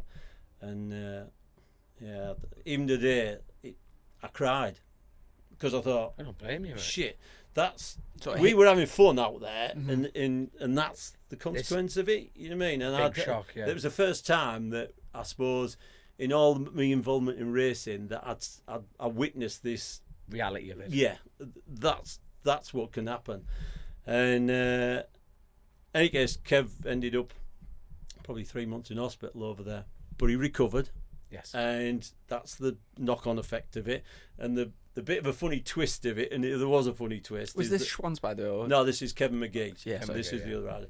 And the twist of it was that Kev actually raced again, and he did the Japanese Championship for Yamaha, won the Japanese Championship, and I finally met Kevin probably 8 years or something later, and he was we were at Phillip Island doing a GP, and Kev turned up there, and the first thing he said to me, he said, "It's your fault, you bastard, I got this hole in my head." And he was like, "Oh, he's all right then, isn't he?" Because he was like, he remembers, you know what I mean? Yeah. And he blamed me, and he blames me to this day, you know what I mean? But it was like, but as a funny way. Oh, as a crack, because he was all right, but it was it ended his GP career, but didn't end his racing career. Do you know what I mean? Which is brilliant. And to see him, and we had a laugh and a joke about it. Do you know what I mean? After it, but at the time, that was, like you say, the first time I'd come across that reality of a bit of fun. And not a bit of fun. Yeah, seeing the other side of the sport. Exactly. Yeah. And obviously, it gets mentioned all the time about being team manager at Yamaha. Was that your next step from being a crew chief with the Suzuki? What was the step to Yamaha? Yeah, basically, I worked for Suzuki for probably, I don't know, 6-8 years or something like that. So we ended up winning the World Championship. Which riders in that time frame? Obviously Schwanz, but yeah.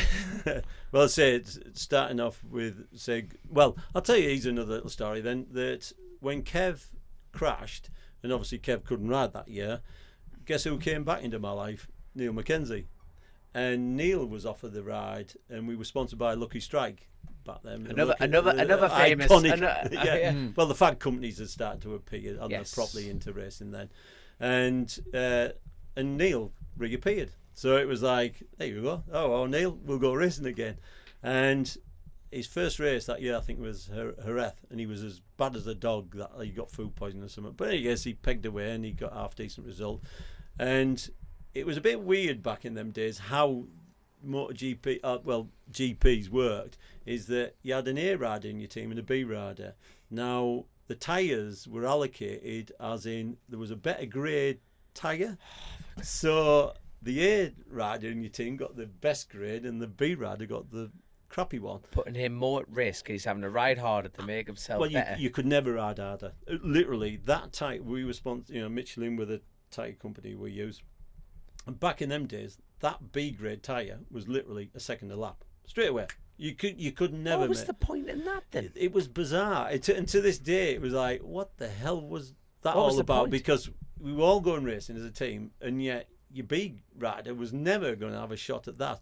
So what I used to chat with Michelin, and it came up with a system, a bit of like the next best of the best B grade riders, if they got a chance, they'd get the A grade tyre, but they wouldn't get it straight away. They'd get it after a couple of practices. So you had to set your bike up round one way and then fire this tyre in. So what I used to do, because Kev was the A rider, I used to nick with one of his crew chief at the time. I used to nick one of their tyres and give it to Neal. So Neal had the best shot at getting the A grade tyre.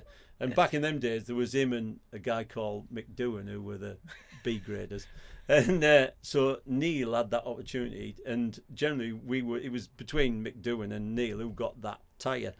But Neal actually had his best year in GPs that year. He finished fourth in the World Championship. So from Neal not having anything at the beginning and Kev's accident to Neal coming into GPs and achieving what we achieved that year was brilliant, really. Unreal. So when you think of fourth place now in MotoGP, you know, it's mind blowing. Like when you think of like how you know, illustrious and how much money goes into it, and the factory effort, and it's unbelievable. But the thing is, it doesn't matter. It never matters about the timeline. It's the top of the game. It's the top of the game. You know, like now, we see in the next 5-10 years, there's going to be another level and another level. But at the moment, at that particular moment, that was top of the level. When you think of how Neal Mckenzie started as well, like riding the bike himself to Knock Hill from Scotland. I mean, it's got 2 racetracks, and you know, it's just the most unbelievable story. It was brilliant. It was brilliant working with him as well, because, as I say, I rode 350 LCs with the kids, you know what I mean? So to go all that way with him, it was brilliant. And it's we had good fun. He was a good rider to be involved with, and it was, but what was bizarre at the end of the year, he didn't keep his deal. So again, it was, you know, when you went back to, we were talking about that, you think? Yeah, what happened? Because actually, he was the best of what the B grade riders were, and to achieve fourth, that's incredible. And then he didn't have a job at the end of it. And as I was working in Suzuki, when Suzuki finally won the 500 World Championship with Kevin, it was the year that Wayne Rainey had crashed and got paralysed in Misano. Now, you can always say that's why Kev won the championship, and if Wayne wasn't injured and blah blah blah, you know, you can always put that scenario. But it was such a good year where Kev had matured into this kid who wasn't crashing so much. Wayne, they had this love-hate relationship, Wayne Rainey and Kevin Swans, and like I say, if you look back on that era, it was a bit like what you were saying that's happening now. You're shit, I'm not shit, and they'd have a go at each other. And because they were both American, one, like Wayne was this guy that had to come up the hard way. Kev was supposed to be the one that would give him the silver spoon treatment, and so to have that head-to-head championship loggerhead, it was going on all year. And it was the sad fact that Wayne had crashed that year and got his injury, but Kev won it. And that's Kev's championship, you know what I mean? Because he bloody deserved it. He put the hard work in. He took the flack, he took the injuries, he took everything, you know what I mean, that was thrown at him.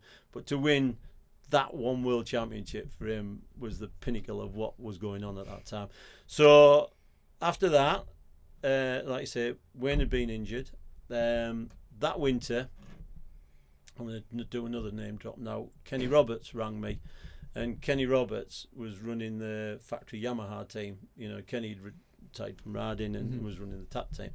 So Kenny rang me and said, "Look, Geoff," he says, "what we want to do is, obviously Wayne's had his injury, he's had his operation. We're going to try and rehabilitate him by setting up a team for him and try and get his mind involved in this." He says, "So I want you to be involved with it." So I said, "Yeah, cool." And so I left Suzuki and then started working for Yamaha. So it was quite weird because when Kenny had said, "Oh, we want to run this team," there was no really idea how to do anything. It was sort of this dream of trying to help Wayne. So what happened was that Kenny Roberts Jr., so Kenny's son, was coming through the ranks, and he was doing Spanish Championship on a 250. And there was a guy called Tetsuya Harada, a Japanese rider, which the factory were running. So what they said to us, look, we'll put a team up and we'll put Kenny Roberts Jr. on one bike and Tetsuya Harada on the other bike. It was run as a full factory effort. So the bikes were, when we picked them up in Japan, when we got over there, but we had nothing. We didn't have a truck. We didn't have even a bike bench. You know what I mean? We turned up and we used some crates upside down to work on the bikes at the first GP because we just didn't have anything. But as soon as we dropped back to Europe, we started to put the infrastructure together. And it was my job at that time. I wasn't the only crew chief, and I was putting a team together. So we put this team together with the help of Kenny Roberts, and we used a lot of what Kenny was doing and everything. And we ran out of his workshops in Europe, in Holland. But this team then was created. And the team was created, say, really for Wayne to, when he was right, and I don't know where you know the accident that Wayne had, but he broke his spine from just about his chest area, and they put metal rods in his spine. So once they do that, it doesn't matter what happens, you're never going to walk again. It's that you're paralysed for the rest of your life. But that was Wayne's way of thinking, right, that was my life then, and now I'm going to move on. And if you ever read Wayne's book about how he got back into normal life, he had to divide that then and thinking, right, that was me as a racer, and this is what I'm going to do for the rest of my life. So Wayne didn't come to many races, but when he did, it was to try to get his mind round off his being paralysed and try to get some normality back into his life. Anyways, we ran the team that year, and we didn't have a brilliant year, but it was not a bad year, do you know what I mean? But it was sort of, I thought, right, what we're going to do the following year. And Wayne kept hankering on the fact that he wanted a 500 rider, not just the 250s. Wayne just wasn't interested in the 250s. But we had to carry it on a little bit further to get everything right. Because, as I say, Kenny Roberts had the full factory 500 project going where we ran the 250. So we did it for another year and said to Wayne, right, let's get everything sorted and then we'll ask Yamaha if we can run a 500. And I guess Wayne had gone to Japan, said to the Japanese, can I have a 500? And they went, yeah, no problem. So what we did, we ran Tetsuya Harada on a 250 and put Loris Capirossi on a 500. And Wayne said, right, I'm going to come to every round now, and this is my team. This is what I want to do. So we said, full on. So we bought trucks and everything. We had the proper kit and set up for him then. And Wayne worked very hard with Loris, because Loris had come up from 250 and wasn't really progressing, and he pushed him. And that year, Loris won his first 500 race. What was bizarre, at the end of the year, Loris decided to go back to 250, and Wayne couldn't quite understand it, because he thought, now you've made the stepping stone, why aren't you carrying on?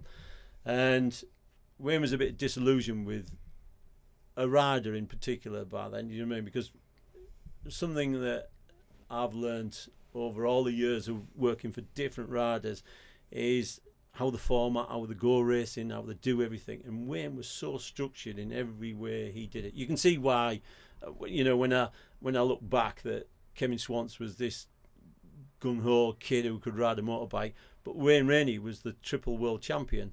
And I soon worked out why Wayne was this triple world champion, because he had this structured idea of how he was going to go racing, and if he found his weaknesses, how he was going to improve it. And that guy worked so bloody hard on every aspect. So when he ran a team, he put that emphasis on the rider about what we're doing.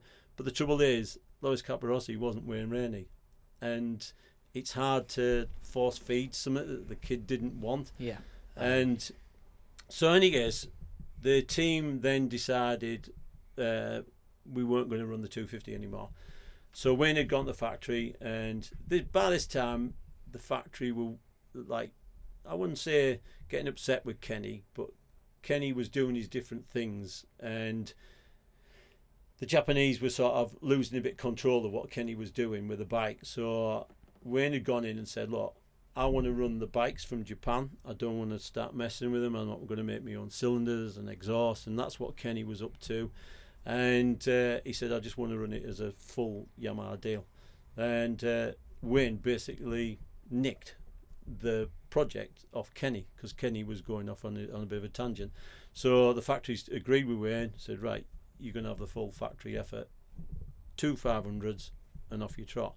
So Wayne came back to me and says, "Great, Geoff, I don't know what we're doing." He said, I've got this thing. We're going to run 2 500s. And I said, let's go for it, Wayne. Let's have a proper punt at it. But the problem was then I couldn't keep working on the bikes and trying to run the team with him. So I said, well, I've got 2 options here, Wayne. I'll go back and work on the bikes, or I'll run the team. And Wayne said, I don't want you to go back on the bikes, Geoff. I want you to run my team, and you be the full-on team manager of what we're doing. He says, I know I can trust you. You can do it, and I'm the guy that owns the team, but you're going to do it for me. So that's how it happened. And really, through all the next few years, that's how it was with Wayne. Wayne got to a point, and it was about his 5th year of running the team, is that Wayne physically couldn't travel around the world anymore, and because of his injuries and everything. And back then, it was, Wayne had a choice. He'd gone to see a doctor back in the States, and this doctor said to him, you carry on what you're doing and traveling the world, and your age, you're going to die early. You're not going to live your life. It's killing you. What you're doing to your body by going in different time zones and jumping on airplanes and doing this isn't good for your body. You're paralysed. You've got to think about what that entails. So Wayne came to me and says, I can't do it anymore, Geoff. And he was heartbroken because we built this team up and everything. And Wayne says, I just can't do it anymore, Geoff. And we had a meeting with the Japanese, and Yamaha came back and said, look, obviously, Geoff, we want to keep the team. We want to keep everything that was about you and what you're doing within the team. We know Wayne's not going to be there, but we want to take it as the full factory team and carry on. So it was really nice, I think, for Wayne to sort of, when he did finish, that the factory looked at what he'd done, how he was doing things, and wanted to carry on. And so I think it was 98 Wayne finally said, waved us all goodbye, and went back to the States, and the Japanese took the control of everything, you know what I mean? And that was the first time then that Marlboro came to sponsor us. Red Bikes. And it was Red Bikes, yeah. And that package then existed, you know what I mean? So it was another iconic part of the Marlboro Yamaha team. Who was your 2 500 riders that time? That time we signed Carlos Checa and Max Biaggi, and we ran them for 4 years. And you've worked with some people, mine. I have. What was Biaggi like? Everyone asked me that. I'll tell you what, right, is that you won't listen to this podcast, so you might as well just tell us the truth. No, I don't care, niggas, because me and Max had that time. When we finished, we had that blowout against each other just to air it all out. But it was like 4 years with him, felt like 40 years with him. And it was weird because no one in the GP paddock had worked with that guy for that long. It was only me who bloody did it, you know what I mean? But it wore me out. It really, really wore me out. In what respects? He was over demanding to such an extent that it would wear you down. Do you know what I mean? Give us the most preposterous example. On. Well, it was like it got to a point, right, where the 500s back in them days were, I suppose, not coming to the end, but they were coming to the end. You know what I mean? The 4-stroke era was looming in the distance, and it was very difficult to really improve that bike. And it was getting to a point where you thought, the little changes, the Japs had come, the Japanese had come and say, we found, 1 more horsepower or 2 more horsepower. It's like, Christ, mate, it's all that work for 2 horsepower, you know what I mean? But it was like, it was. And then Max had come along and say, right, I want carbon wheels for the bike. Well, no one made carbon wheels back in them days. Yeah, but I want, I've heard that, because I've been talking to Formula One designers, and they say carbon wheels are the way to go forward. It'll make the bike turn better. So Yamaha says, right, how do we get carbon wheels? So we went to Ferrari, and Marcazzini was an Italian wheel manufacturer, and they designed carbon wheels for the bike. It was all good and ready, but they were 20,000 quid each. Development. That's what the development costs. You know what I mean? And it was just like, well, is it going to make this improvement? And we tested them. The rear wheel just didn't make a difference at all. The front was so minimal. But it was just the fact that he would be so demanding on certain situations. And if I look back in when Max first started, is that he had the ability to be world champion. The very first year he sat on the Yamaha, he had the ability to do it. Because I don't remember, but Kenny Roberts Jr. won this world champion back that year on the Suzuki. And if Max had come to the team, because he'd ridden Hondas and he came to the Yamaha team, if he'd come in with the extent of like, I can win this, but he didn't. He was always trying to change something on the bike. Now Carlos, on the other hand, was the other guy that was just riding it. And actually, by halfway through the year, Carlos had the better chances of being world champion that year. And Max realised about halfway through the year, shit, my teammate's kicking my backside every weekend. But he'd messed around for the first half of the year. And then when he got going for the second half of the year, Carlos dropped away because Max would mind game him all the time. And Junior had already nearly nicked the championship while these two were battling between themselves. You know what I mean? And you sort of thought, well, what a bizarre situation. But Max always did things in his own head, in his own way. The problem was the second year there was this little Italian lad coming through the scenes, wasn't there, called Valentino Rossi. And when Valentino jumped on the Honda and we were on the Yamaha, Max started, in my opinion, was that he'd started to lose the plot about what this was all about, because it wasn't just about racing on the track, it was off the track. It was they were Italian. It was all in the press all the time, and they would have all these rubbish, and it was like, and there was stuff going on track as well. And I don't know whether you remember, like at Suzuka when they hit each other, and then we went to Barcelona, and there was this major thing that went on that Valentino punched Max, and I was there and I witnessed it. It was just a weird situation that they were both on the rostrum. We were down in the garage in Parc Fermé, ready to go up to the rostrum, and there was a spiral staircase in the garage to go up to the rostrum area. Valentino, they were shouting at each other in the garage, and we said, shut up, just get up on the rostrum and stop it. In any case, Valentino had gone up to the stairs first. Max went up behind him. As soon as Max stuck his head up the stairways, Valentino gave him a thick ear. So it was like, and then they had to do the press conference, and Max had this red mark on his face, and the press would commentate, saying, what's that on your face? And he said, my mosquito bite, you know what I mean? Just to wind Valentino, but Valentino had actually punched him. But there's that sort of thing going on. And so it all got a bit blurred about what they were actually doing on there. But Valentino would always outdo him on the fan base side of it. He just would, you know what I mean? He's an entertainer, hasn't he? He's always... That was the name of what Valentino was about, wasn't it? And, Max had this very Formula One orientated, straight, clean cut image that he believed that's what it was all about. And Valentino's was this fun loving kid who just did anything, didn't he? And Max hated it, just absolutely hated it. And obviously when it's like in the press and all and everything, when Valentino joined Yamaha, the whole structure in Yamaha changed, and it was an Italian team in, and there was quite a lot of... It wasn't. It was actually, it was funny because what had happened is that obviously we'd gone...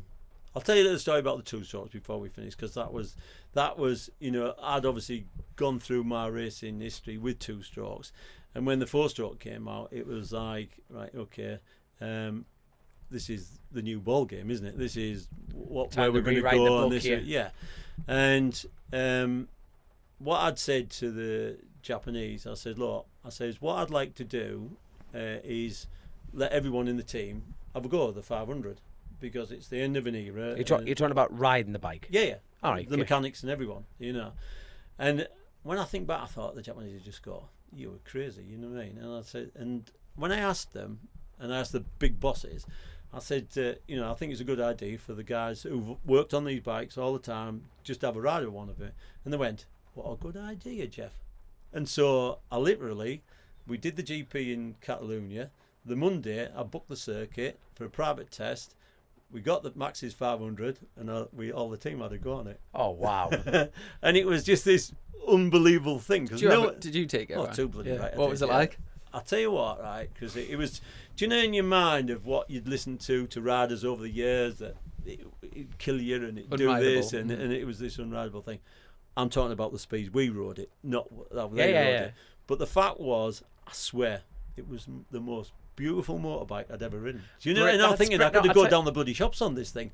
It was brilliant just to hear. Incredible. And every one of us, the engineers and everything, we all got off it and just said, well, what a lovely motorbike. You moved your ass cheek and it dropped into the corner. It had carbon brakes on it, and it was just, you could do, exactly. The drivability of it was amazing. What have you been complaining about all year? Yeah, we didn't have chatter. It was one of them. It's like, well, the shit you've been giving us all these years, and that's the best bike we've ever ridden. There's you getting the sack immediately after that going, that was your idea. Everyone's left the team now, Geoff, you're sacked, so there you go.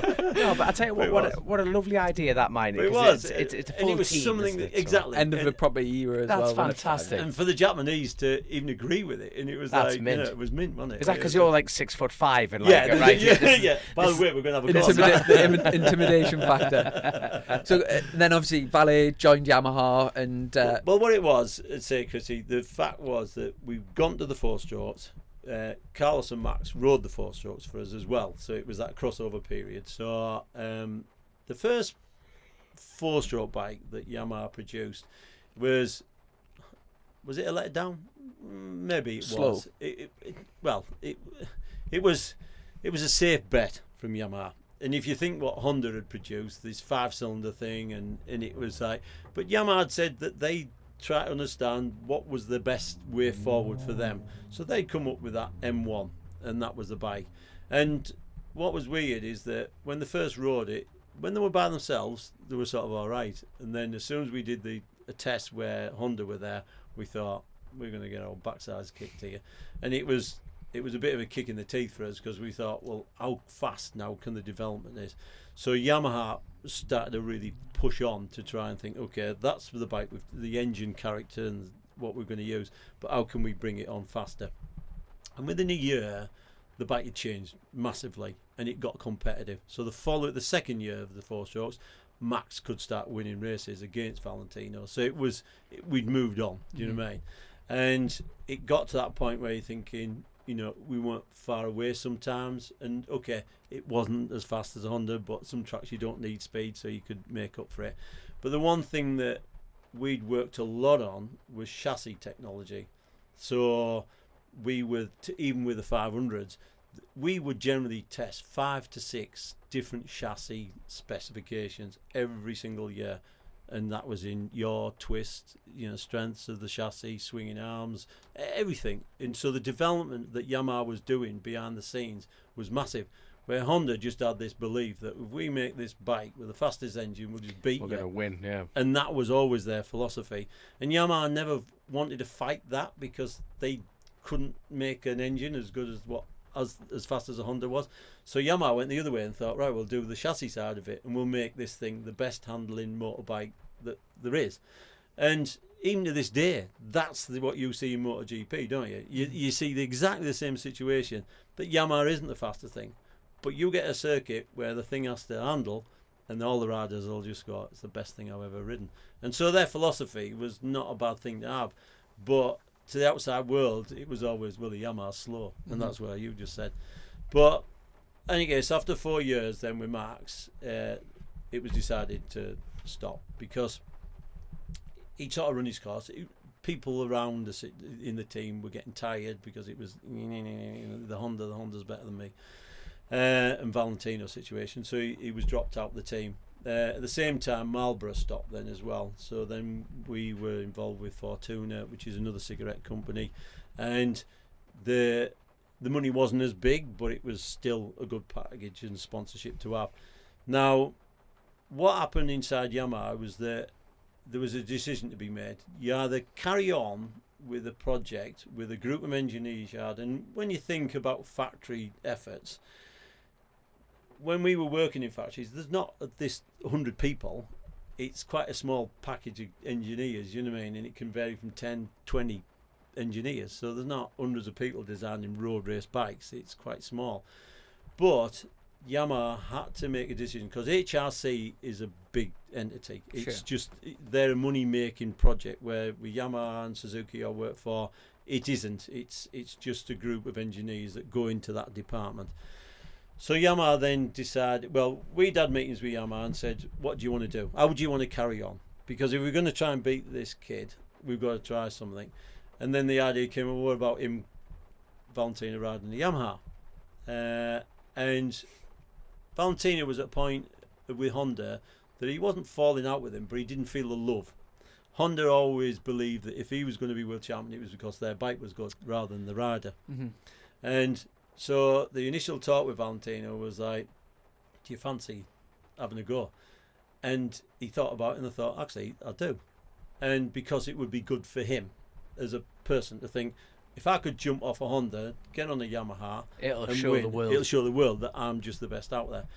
So the problem was then Yamaha as a group of engineers had to think, shit, if that does happen, what are we going to do with a motorbike for him? Because we've got to up our game out of it, because there's no point in paying this kid all this money to jump on a motorbike that he can't win a championship with. So what happened was inside Yamaha is that we'd gone to the big bosses, so nothing to do with the motorcycle division. These are the higher within Yamaha. The wallet. Exactly. And asked them to see if they could fund this project. And they went for it. They said, go on then. If we're going to carry on racing, we don't want to just be second, we want to try and win the World Championship. So the project started to grow. And Valentino finally said, yeah, I'm up for it. And there were secret meetings going on and everything. The project then had moved to Italy, so I was working out of Italy and our workshops were over there. The idea inside Yamaha was that there was a group of engineers led by a guy called Furusawa who was used within Yamaha Motor Company for different projects. So he would go, say, to the jet ski department or snowmobile, and whatever area he would go into, he would make that product the best it was ever was, and it would then be a good seller. So Yamaha had this group of engineers that thought, well, I'll tell you what, we'll take that group of engineers, put them in the road race department, and that'll take control of that. Because, the elite. Yeah, because that'll change the mindset. Instead of those those engineers had been all the way through the 500 and been moved into the four-stroke era, but it was the same group, so they needed some fresh blood into that project. So they were brought in, and there was 30 of these guys brought in. Well, they had contacts, because I don't know if you know, but Toyota's part of Yamaha Group and things like that, and they were involved with Formula One and things like that. So there was a lot of different ideas getting thrown in. So by the time that Valentino agreed to ride the Yamaha, was that the project had changed completely. So I was at a point then that they needed me full time in Italy, and so they said to me, you can't, because all I was doing, I was commuting back from Redcar to Milan, and I was flying all week. I'd be in Milan, I'd come home on the weekend, see my wife and kids, and so this was going on, and that's how I was living my life. But then it came to a point where that was the option, to move to Italy. Lynn Jarvis, he was living in Holland, he moved his family to Italy, and that's where the whole project was going to get based out of. I came home, and my kids were probably 8, 9, 10, that sort of area. Do you like pasta, kids? Yeah. Well, they kept coming in, and oh, Dad's coming home again. You know, they meet me at the airport. But that was the problem. I'd been in the game then, near on 20 years in GPs by then, and do I take my wife and kids to Italy where they didn't even know the culture, never learned anything, and they had the life back here in Redcar, and it was difficult, because then you're thinking, do I just say goodbye to it? But the whole racing system had changed as well in my career. Like when I said to you, we from living in a caravan to me being team manager of the biggest racing team in the bloody world, and it was, Marlboro Yamaha was the biggest thing that was kicking around in the GPs in them time, but off the back of that, media was starting to play massively into sport by then, and it was always to that point of where I nearly lost the idea of what racing was all about, because it was like I had to deal with media side of it, but then I your had to passion became a job, and then you started to hate your job. Yeah, and there was, where's the divide line then? I still love the racing. That was what I was there for. Every Sunday, that's what I'm trying there to go for. as fast as you but can. But then I'd have to deal with, and like you say, we had a big team. There was 30 staff just for the racing side, and then I had another 50 that was all our media side of it. You know what I mean? So it was a huge team to try and control. But the fact was, when all that started to kick off, it was like, I don't want to take my wife and kids. Mm-hmm. I don't, because it's not what it's all about. That'd be so selfish from my side to think that I'd enjoyed that privileged life in racing for that long a time. My wife and kids had put up with me doing it, and then I'd say, oh, by the way, you're moving there. And guess what would have happened? They'd have moved to Italy, and guess where Geoff was? I was travelling the world and leaving him there, and that wasn't what it was all about. Totally. I talked to a lot of people that had been in racing for long periods of time, and they said, look, Geoff, there's one thing that will happen, and I'll guarantee this, is that when you're in racing, you have to give 110%. It was no part-time job basis. When I was team manager, it was full on for 12 months. You couldn't not work. It was, people would be asking questions, how are we going to do this, how are we going to do that? So that was my life, and I just thought, I can't spoil them. And they say, when I started to talk to people, they kept saying to me, if you stay much longer, Geoff, you'll go home one day and your kids will have kids, and you'll have missed your kids, and that's something you'll never bring back in your life. And that always was in the back of my mind. So when that all was happening, it was easy for me to just say, I'll tell you what, that's it, goodbye. You'd had such amazing times, memories, done what you wanted to do, but then... Exactly, Chrissy, and I loved it, and I really loved it, you know what I mean? And of all my adventures and all the fun crack we had and going racing at that level, and what I'd learnt, and from the start into the end bit of it, and like you say, there's not many guys who can go from a mechanic to bloody team manager, the biggest team in the chemical world. steel Exactly, around the world. So That's it was phenomenal. so when I look back, I thought, I've loved it. So I tell you what, before we move on from the whole GP, is there any like special sort of memories or any stories that you feel you've missed out? No, I think there was one that I'll tell you about. It was the fact that when we were working with Kevin, it was that at the end of the year, his first full year in Europe, is that he had to do 3 races in Japan at the end of the year. Now, one was a track called Mount Fuji, and then there was 2 other tracks that he had to go and do. So everything from the factory side was that promotional wise in Japan was Kevin Schwantz was coming to do these 3 races. So anyways, me and a guy called Simon had jumped on an airplane, got over to this track.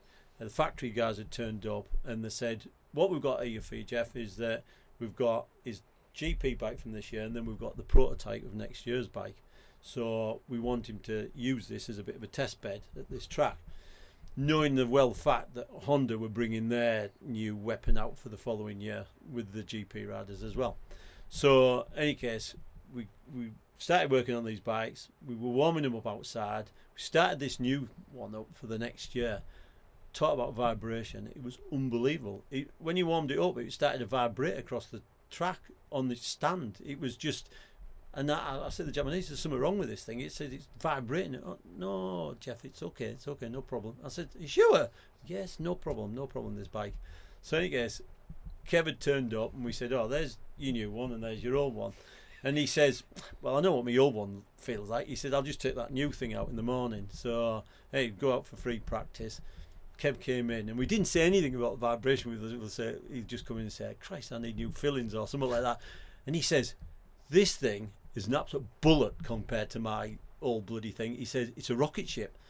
And we said, does it feel any different? Like, really? And he goes, it vibrates a bit more. But he says, it's mint. He said, I love it. So anyway, we went into qualifying, and Kev did an absolute corker.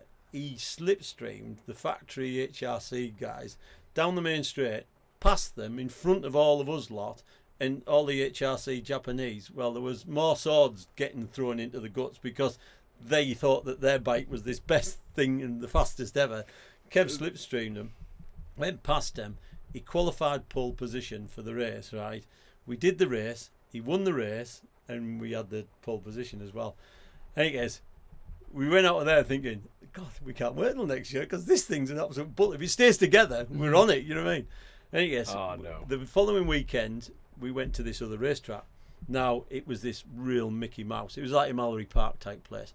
And Kev turned up and he says, "I know we've just been to this proper GP type track, and you want me to ride around here?"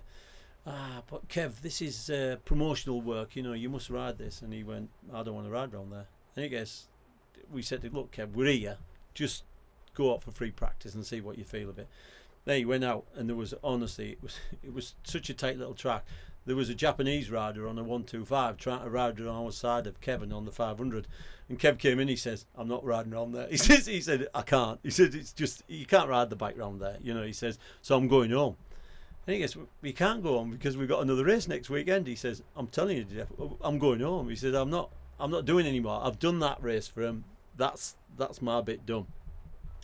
And he stood there and he said, "Actually, what you two are going to do?" And I said, "Well, we'll have to go at the races because we're here. We're stuck in Japan now. Do you know what I mean?" And he said, "No." He says, "I tell you what I'll do." He says, "You know that race we've just done?" And he says, "Yeah." And he says, "Well, for setting pole position at that race," he said, and I can't remember the lap time, but he says it's under 2 minutes. He says, "I've actually pulled around about 30,000 quid for pole position out of that race." He says, "I've got my prize money for winning it." He says, "And my mum and dad will take care of that." But he said, "They don't know I've got this 30 grand for the pole position lap." So he said, "How about you and Si and me, we all go to Hawaii for a few days and see if we can blow this 30 grand. He was like, "What?" "Well, we meant to go." "Yes, what a bloody good idea." So it was like, so literally, I was so scared you were going to say no. I was no, I definitely wasn't no. And it was like, shit, how do we get the bike back to the factory and then get on this airplane? And Kev said, "Well, look, what I'll do," he says, "I'll bugger off now." He says, "I'll jump on an airplane, get to Hawaii, sort it all out." He says, "You swap your flights," and he says, "in a day or whatever, and I'll meet you over there." He said, "I'll pick you up from the airport." Sure enough, we swapped our flights, got to Hawaii. Kev was there in this bloody open limousine thing. He said, "Get in, lads." He says, "We booked the hotel." We went to the hotel. It was right on the seafront at Waikiki Beach. And we didn't have a room each. We had a bloody suite each. You know what I mean? Kev said, "Well, what else do you want?" I said, "Well, we haven't got any shorts or anything." So we naffed off to the shops, bought some gear. He said, "Right, I'll meet you by the pool." Well, we got slaughtered for 3 solid days. I mean, it was just bizarre. And Kev was head up that we had to spend this money. Do you know what I mean? He was hiring bloody yachts, and we were going out in it. We went to some proper different bars, you know what I mean, with ladies in it that I don't like to say, but because I didn't really go there. But it was like we just went for it, and we blew the 30 grand in 3 days. I bet that is. I bet when you got hold on, I love it. I'm sitting next to my mate who's. Potential, winner of British champion. You don't even buy me a pint. You know what I mean? There's Kevin Schwantz taking him to like full on parties and that. I bet when you next got back to your local and "Oh, Geoff, have you been up to much?" Nah, not much. No, but you're not going to believe just it. Just a quiet one. But no, mega. Now, after you left the Yamaha team in MotoGP, the next sort of chapter that I'm aware of is joining the what was WD-40 in sort of 2013 type. Yeah. Were you involved with bike racing in that gap? I'll tell you what I did. I enjoyed myself as a bike rider. So me and my friends, we were doing track days and just having a blast. And I loved it. It was the fact that when I woke up on the morning, I didn't have a set routine. I started my business, you know what I mean, something completely different. I don't get much different than that. Exactly. So exactly, to go from furniture, from what I did to a furniture shop in Redcar was bizarre. But I burnt out on that side of it. And I thought, let's just try something. Just time for family, friends. But also, I was thinking, I don't want to work on bloody motorbikes either. Do you know what I mean? And I thought, how can you make a few quid? Do you know what I mean? Quite easily. And then that's how it happened. I had the premises. Then off I trotted with that. So it was just this weird scenario, really. But like I say, there was me and a gang of lads from around here. We did track days, and we went to Europe on track days. We just had a proper blast for quite a few years. You know what I mean? Where it was just a bit of fun for me and the lads. And I loved it. And I used to prep the bikes for my mates, do their track day bikes and stuff like that. And it was just mint. And then what happened was that I'd known Brent Gladwin for a lot of years, from like back in the 80s. And Brent rang me up out of the blue, and he said to me, he said, I've got this team, Geoff, and I know you've got a team, Brent, don't worry, I know what you're up to. And he says, I'm looking for a rider. And I said, and he says, I've got this Superstock 1000 and I want to find a rider for it. So I says, well, can't you find someone out of the UK? And he says, well, I fancy something a bit different, you know what I mean, and play out the ball game a bit. So I said, well, here, give us a few days and I'll make some phone calls. So I still had all my contacts and, you know, within the world. And I phoned Wayne Rainey up, actually, and because me and Wayne are still, are really good friends to this day, and we chat a lot now because Wayne's obviously doing the AMA series and stuff like that. And me and Wayne are the same age, you see. So, and when I ever met him, something just clicked between me and him, and he's like my brother, you know what I mean? And it's just a proper good crack. So when I have a chat with Wayne, so I phoned Wayne up and I said, here, Wayne, I says, is there any American kids over there that are worth having a punt over here? And he says, there's a lot of them won't come. That's the problem, is that they don't want to leave America. So he said, give us a day or two, and he said, I'll have a check around and see who's around. He gets this kid's name appeared, Tommy Aquino. And so I phoned Brent up, I says, yeah, there's this American kid called Tommy Aquino. Wayne doesn't know a lot about him, but he's been riding the 600 for Yamaha America. He's lost his ride, but he seems to have this ability to jump on something and do all right. And so Wayne said to me, do you fancy a punt with him? And I phoned Brent, and Brent says, yeah, why not? So I said, well, there's his number, give him a ring. Next thing you know, he's this American, Tommy Aquino, appears on the scene. And he was mega when he first came over. Well, like you say, but what I didn't do, Chris, I didn't get involved with it. I thought, do I want to go that far? I'll find you a rider, and I'll stand back now because I don't want to get back involved with it. And I think it was about the second round. Brent rang me up and he was saying, this bloody rider that you sent over from America and blah blah blah. And I said, wow, what's wrong with him? And he says, well, he's not doing this right and he's not doing that right. And I said, well, I'll tell you what, I'll come to a round. And it was at Donington. It was the first time I met Tommy. And I turned up there and I met this Tommy Aquino. And all I could see was this kid with loads of charisma. Mm-hmm. He was fast at riding a motorbike. And I just thought, he's not a bad little package there. Do you know what I mean? For this kid to leave America, live at Brent Gladwin's house, you know what I mean? So he's gone from bloody California to live with Brent in Sheffield, to give everything up, never go back. He didn't want to go back to America. He was like, if I'm come over, I'm going to race. He'd never ridden a 1000cc bike before. He'd never ridden Pirelli tyres. He'd never ridden British circuits. And I thought, he's all right, this kid. He wants something out of his life, doesn't he? He's the one that's, I suppose, a bit like what I did. If you're going to have a shot at it and someone offer you, have a go at it. Because you don't know, do you? Yeah. And he did. And I said to Brent, I quite like this kid. I said, he talks the right talk to you and everything. And Brent said, well, you bloody come then and sort him out. So I said, all right then. And we did. And that year, I don't know if you remember, Chrissy. Cadwell Park. It was Cadwell Park. And it for some reason, it clicked there. Well, I'd sent, because Tommy, obviously, when you send a new rider to Cadwell Park, he's got to have seen it. You can't just send him blind to a track like that. So I'd said we booked him on a track day.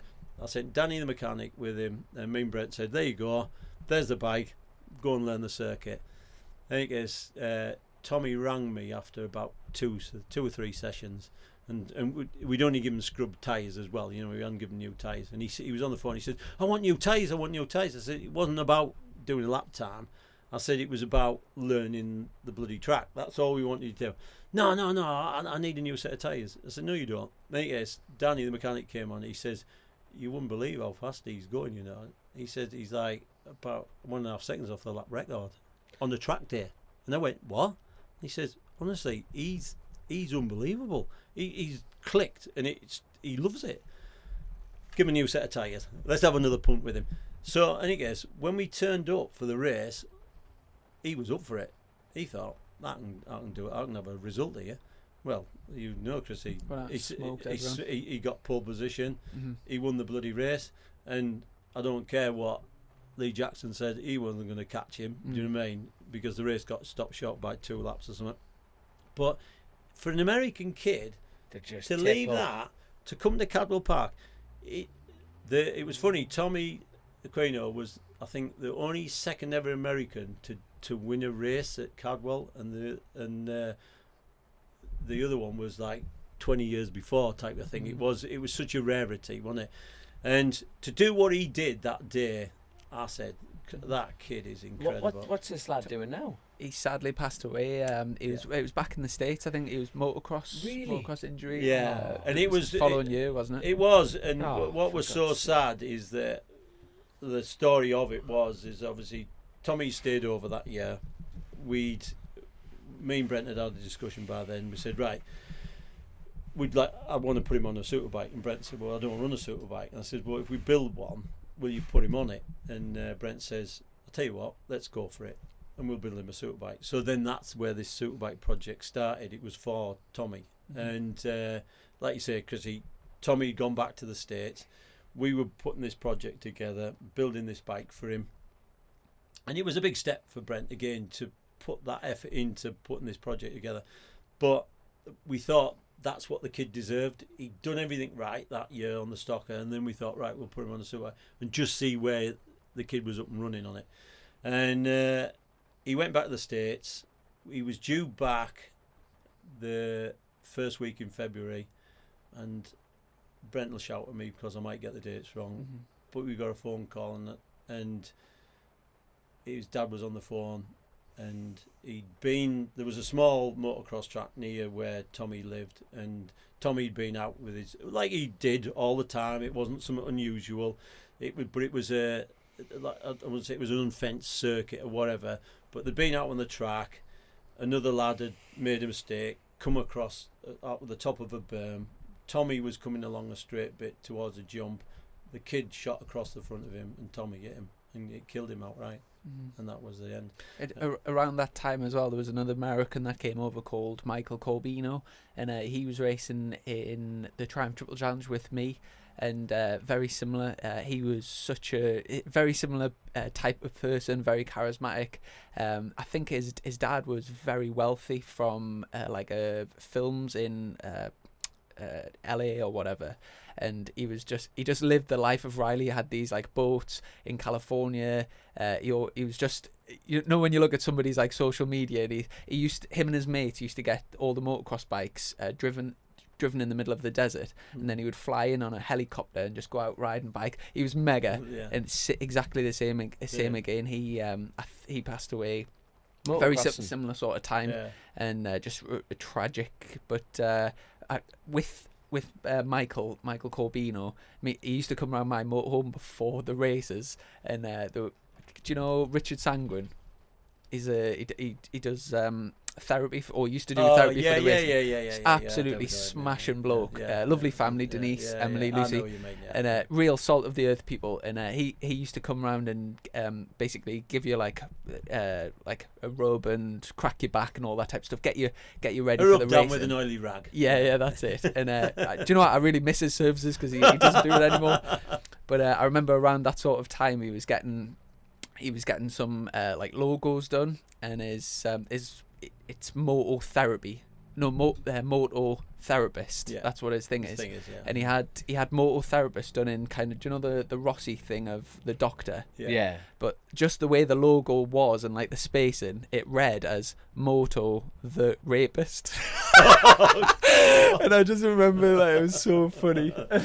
Tom's looking. What's he on there? But it's obviously tickled Chris. But yeah, just on that. Just thinking how he didn't read it, and then you know what I mean. That kind of looks. That's pretty much advertising I'm a rapist. So you needed to go to Specsavers, I guess. And then got his job, but he couldn't read. That whole thing obviously got you back into the race, and from then obviously loads of riders. Now, not just in the superbikes, obviously you've run riders in all classes as from the team. I had some quite successful years with especially in the lower classes with like Taz McKenzie winning Super Sport. Mason Law was pretty good on the super stock bike. I'll stop you short a bit because the first time that, say, when Tommy came, we had Joe Francis on a Moto 3. Moto 3. Joe won the championship for the team that year as well. So that was a successful year. Sure. Now, in the Superbike class, across those years, the sort of image of the team, with the trucks and the infrastructure has been there. In terms of sort of results, it's never really, they're not good enough. Well, if you put it like that, but I would say certain teams you think of like overperformed for what they have. Like I would say Hawk Racing's a good example of that, where over the years, even back to the Kawasaki days, where they didn't seem to sort of have the bikes and whatever. Yeah. And over the years, obviously, at the moment you've got Storm Stacey, who's learning his craft, 17-year-old, and similar with Mason Law when he stepped up. He first year off Superstock, but going back to like say when Tommy Bridewell was with you as a team. From your opinion, what do you think it is that why that combination didn't work? There's always one of those things in a team structure, Chrissy, and you know this because you've been involved with some teams, is that, and you've jumped around and had a look within different teams, is that it's putting that bond together, you know what I mean? So you've got to have the rider, that's obviously your main aspect of it, the bike and the team, so the mechanics and that sort of structure around it. Now, when that gels, that you get that perfect fluidity within the structure. But for me, when Tommy arrived, Tommy didn't want to be in our team. Right. He didn't. And he was, at that part of his career, if I look at it now as looking back, is that Tommy was stuck in a bit of a funny position because he'd rode for Halsell. Halsell was the one that really had said to Brent, about putting Tommy on the bike. And Brent went for it. So he went to the sponsors and said, we're going to put Bradwell on the bike, and everyone, everything should be good. But me personally, but also I think what was happening in the team, Tommy never came to the team. And, I remember a time that we were at Knockhill and there was just me and Tommy sat there in the garage, and Tommy was just chit-chatting away, and then he turned around and he said, what bike do you think I should have next year, Geoff? And I thought, well, you know about next year, it's Knockhill, you know what I mean? We're only just early in this year. Well, Martin doesn't know what bike we should buy for next year. So I said, so that way you're going next year then? Yeah. Well, Martin's going to, so what do you, and Tommy was dead serious, you know what I mean? And he was like, and I was thinking, so you're in this team, but you don't want to be in the team. Because next year you're going into Martin Halsell's team. Was it a bit of a a gap filler? Yeah, for me it was, because like you say, and then Tommy kept saying, I want me Italian mechanics and this is what I want and that, and we couldn't afford to bring people over from Italy and things like that. Bizarrely, at the end of the year, it parted company, and like you say, the results weren't there or anything, but it was the fact that for me it was a bit of a wasted year. And one of the things that I saw after that was that then Tommy then went back to Halsell's team, and they had the wish. Tommy had his wish. These Italian mechanics Martin Halsell had paid for. He bought a Suzuki, and that was going to be the package for the year. But what happened? By Snetterton, Tommy got the flick, I think, and out of the team, and that was the end of that. So I don't know what was going on in the background, but there was things going on in the background. A lot of moving parts. Yeah, that wasn't ever going to happen within our team. Do you know what I mean? So, but one of the things that I always said to Brent is that for me, what I get out of racing now is not having that situation so much. It's trying to find these younger guys and try and help them. If I can cut some corners off in their career and sort of think, put them on the right path. Yeah, and just try and help them. So, like you said, when we'd had success with Joe Francis, he went his different way because his mum and dad thought he was going to go to the world scene, and it was like, yeah, okay. And I guess it was like, but then Neal again reappeared in my life, and Neal came to me and said, I've got my younger son Taron, will you run him, Geoff? And because me and him had all the history of all our really racing career, And I didn't know much about Taran, but I soon learned. And Taran was riding Moto 3 the previous year, and we put him on a stock 600. And then the first year, Taran was struggling a bit, really. You know what I mean? If he got in the top 12 area, that was about where he was at. But then slowly we started to progress, and Neal had said to me, when he said, just take him, Geoff, I don't need to get involved with it, it's what you want to do. So me and Taran started getting a good little bond going, and it was like, okay, let's try this, let's try that. And then the following year it was changed. Taran had got the grip of what the bike was, got the grip of the riders he was riding with, and the following year it was say Mason Law and him really that was going to win the championship. And we about halfway through we were at Cadwell Park, and it was literally between them. Taran got pole position. Mason had crashed heavily in qualifying. They rebuilt his bike. He had problems with it in the morning warm up, and I said to Taran, "We've got this. We're gonna push the button here." I said, "All you have to do, if you don't get a start, sit behind him, pressurise and fuel up, get by him. We're going to win this." Taran made the fatal mistake. First lap, end of park straight, went out, brake him, full tank of fuel. Didn't compensate for everything that was going on. The wind had got up a bit that day, so there was a bit of a tailwind, and it pushed him on the grass, and Taran crashed. Mason won the race, and then the knock-on effect was that Mason won the championship. Yeah. And it was to that point where it was a bit unfinished business, but do you go stay in the 600 stock class, or do you move on? There you go. Neal, there was things going on with Neal and Taylor and Taran. There you go. Neal had come to us and said to me, and said, "Oh, I don't know what we're going to do with Taran next year." And I said, "Well, look, me and Brent want to run him. That's 110%. But I said, what we've got an idea for is putting him on a super sport bike rather than the stocker." And again, Neal says, "I can't help you with anything," or whatever, do you know what I mean? Because they were focusing on what Taylor was doing. Yeah. So it was like, well, it doesn't matter. You know, I mean, Brent's going to find the funding to do it and everything, And so it was Brent who went out and found the money and to run Taran on the super sport bike. But so what we did is we knew that Taran was then capable of having a shot at this championship. Well, Westy was the main guy. Man that beats eye. He was riding for McCann's Yamaha, wasn't he? And he had the perfect little setup, and there was Pete Jennings and all those guys, and he had these Orleans technician and all the rest of it. And there was just this small little package with me, Taran, and a couple of the guys, you know what I mean? And we said, we can beat him. We can have this. But there was Bradley Ray in it and all them lot.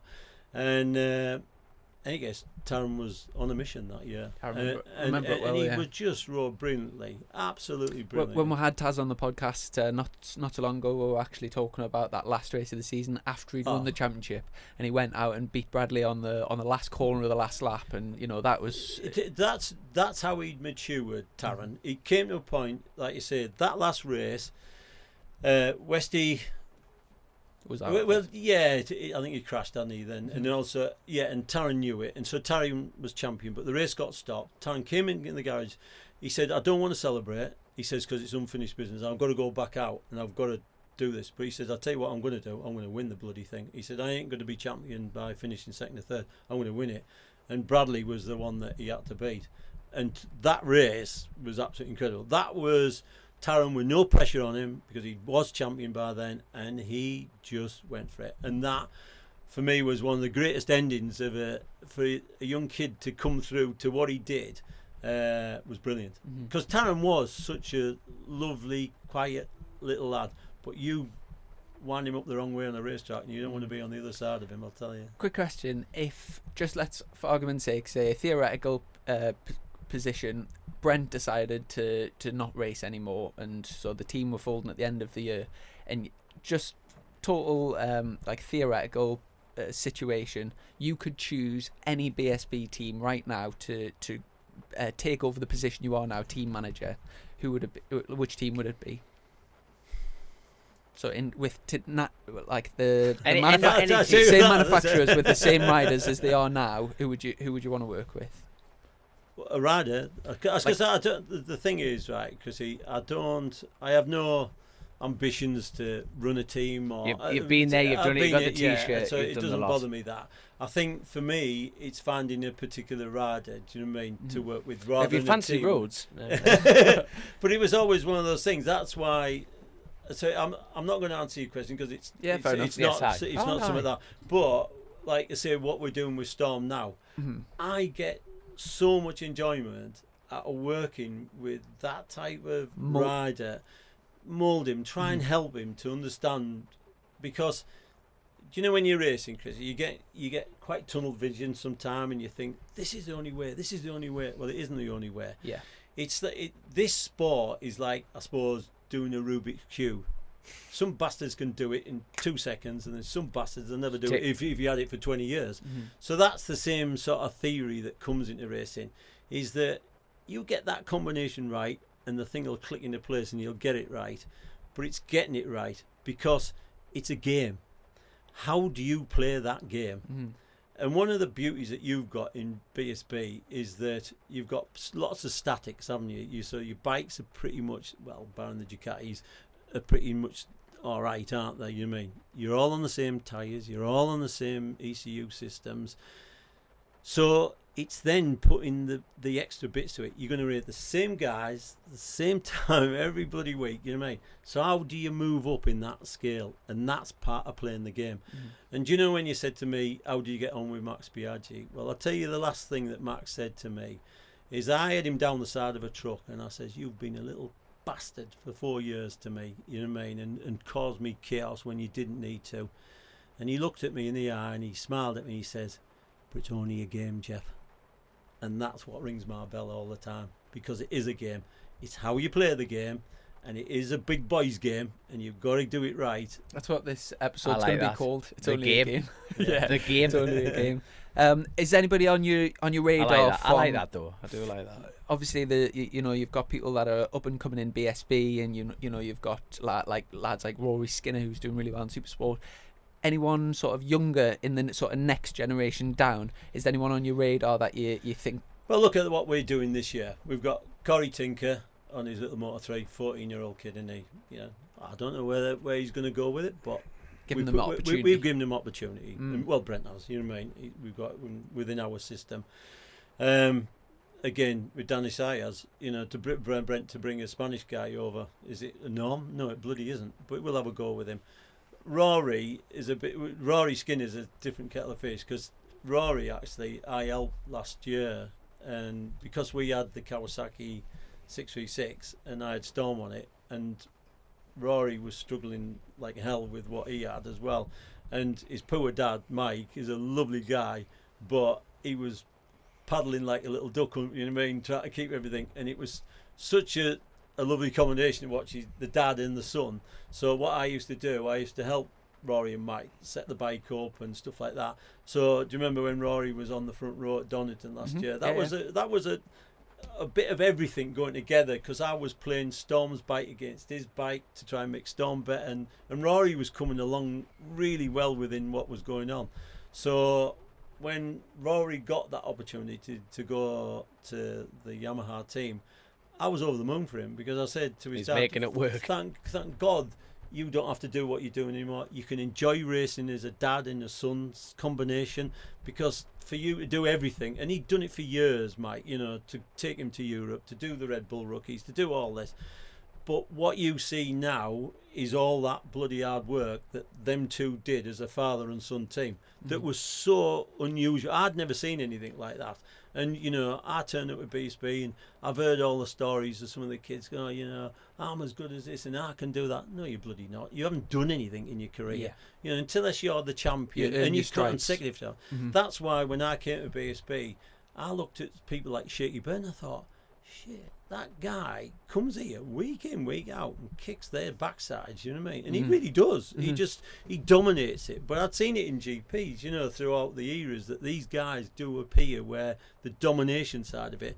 But like we were talking about Marquez not being there, and all of a sudden everyone can bloody win it. It's the same as what happened with Shaky. As soon as Shaky had his injury, bless him, and he didn't deserve how he ended his career, but he's still alive and he's still enjoying life and all the rest of it. But the fact is, it opened a can of worms, didn't it? Because it also, we'll all be champions, you know what I mean? Mm-hmm. So these kids that are coming through, they've got to keep your feet grounded, try and understand what you want out of this sport and how you're going to try and get there.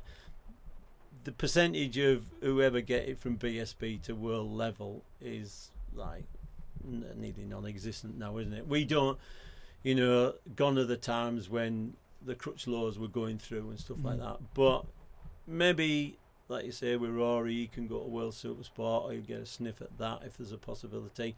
And I hope Storm, if he keeps progressing and chipping away, and I'm not saying next year or the year after, it will be a thing, but he's young. He's 17 years old. He's got plenty of time to progress. And if someone picks up on him and he moves on, I'd like to say, go on then, son, have a look at this. Play a vital part in that. And well done to him. Out of all of the current team managers in BSB right now, who do you have the most respect for? I don't think it's not respect as one side of it. I think when team managers chat, whether it's in MotoGP or BSB or whatever, it's the realisation that you're all in the same boat, you know what I mean? And one thing I've learned in BSB, the money's not there, you know what I mean? Doesn't matter which way you look at it. Everyone wants to go racing, but they're doing it on shoestring budgets, you know what I mean? And I always think that that's the crying shame, because the series is so good, you know what I mean? But the knock-on effect that every year it's everyone's grappling for the last bit of sponsorship to do this, and like you said, over the years you see riders pay for rides and stuff like that. And I always think that if you're in this series, there should be some opportunity for you guys to make a living out of it. You're risking your bloody neck. But it's like you say, I respect all the managers in the team, every team in the paddock, from the big to the little. I have no description of saying, oh, he's much better than them. I just think if you're in this sport and you're so keen to get a team operating, mutual respect, isn't it? It is mutual respect, because for me it didn't matter whether I was in the Marlboro Yamaha team or the factory there.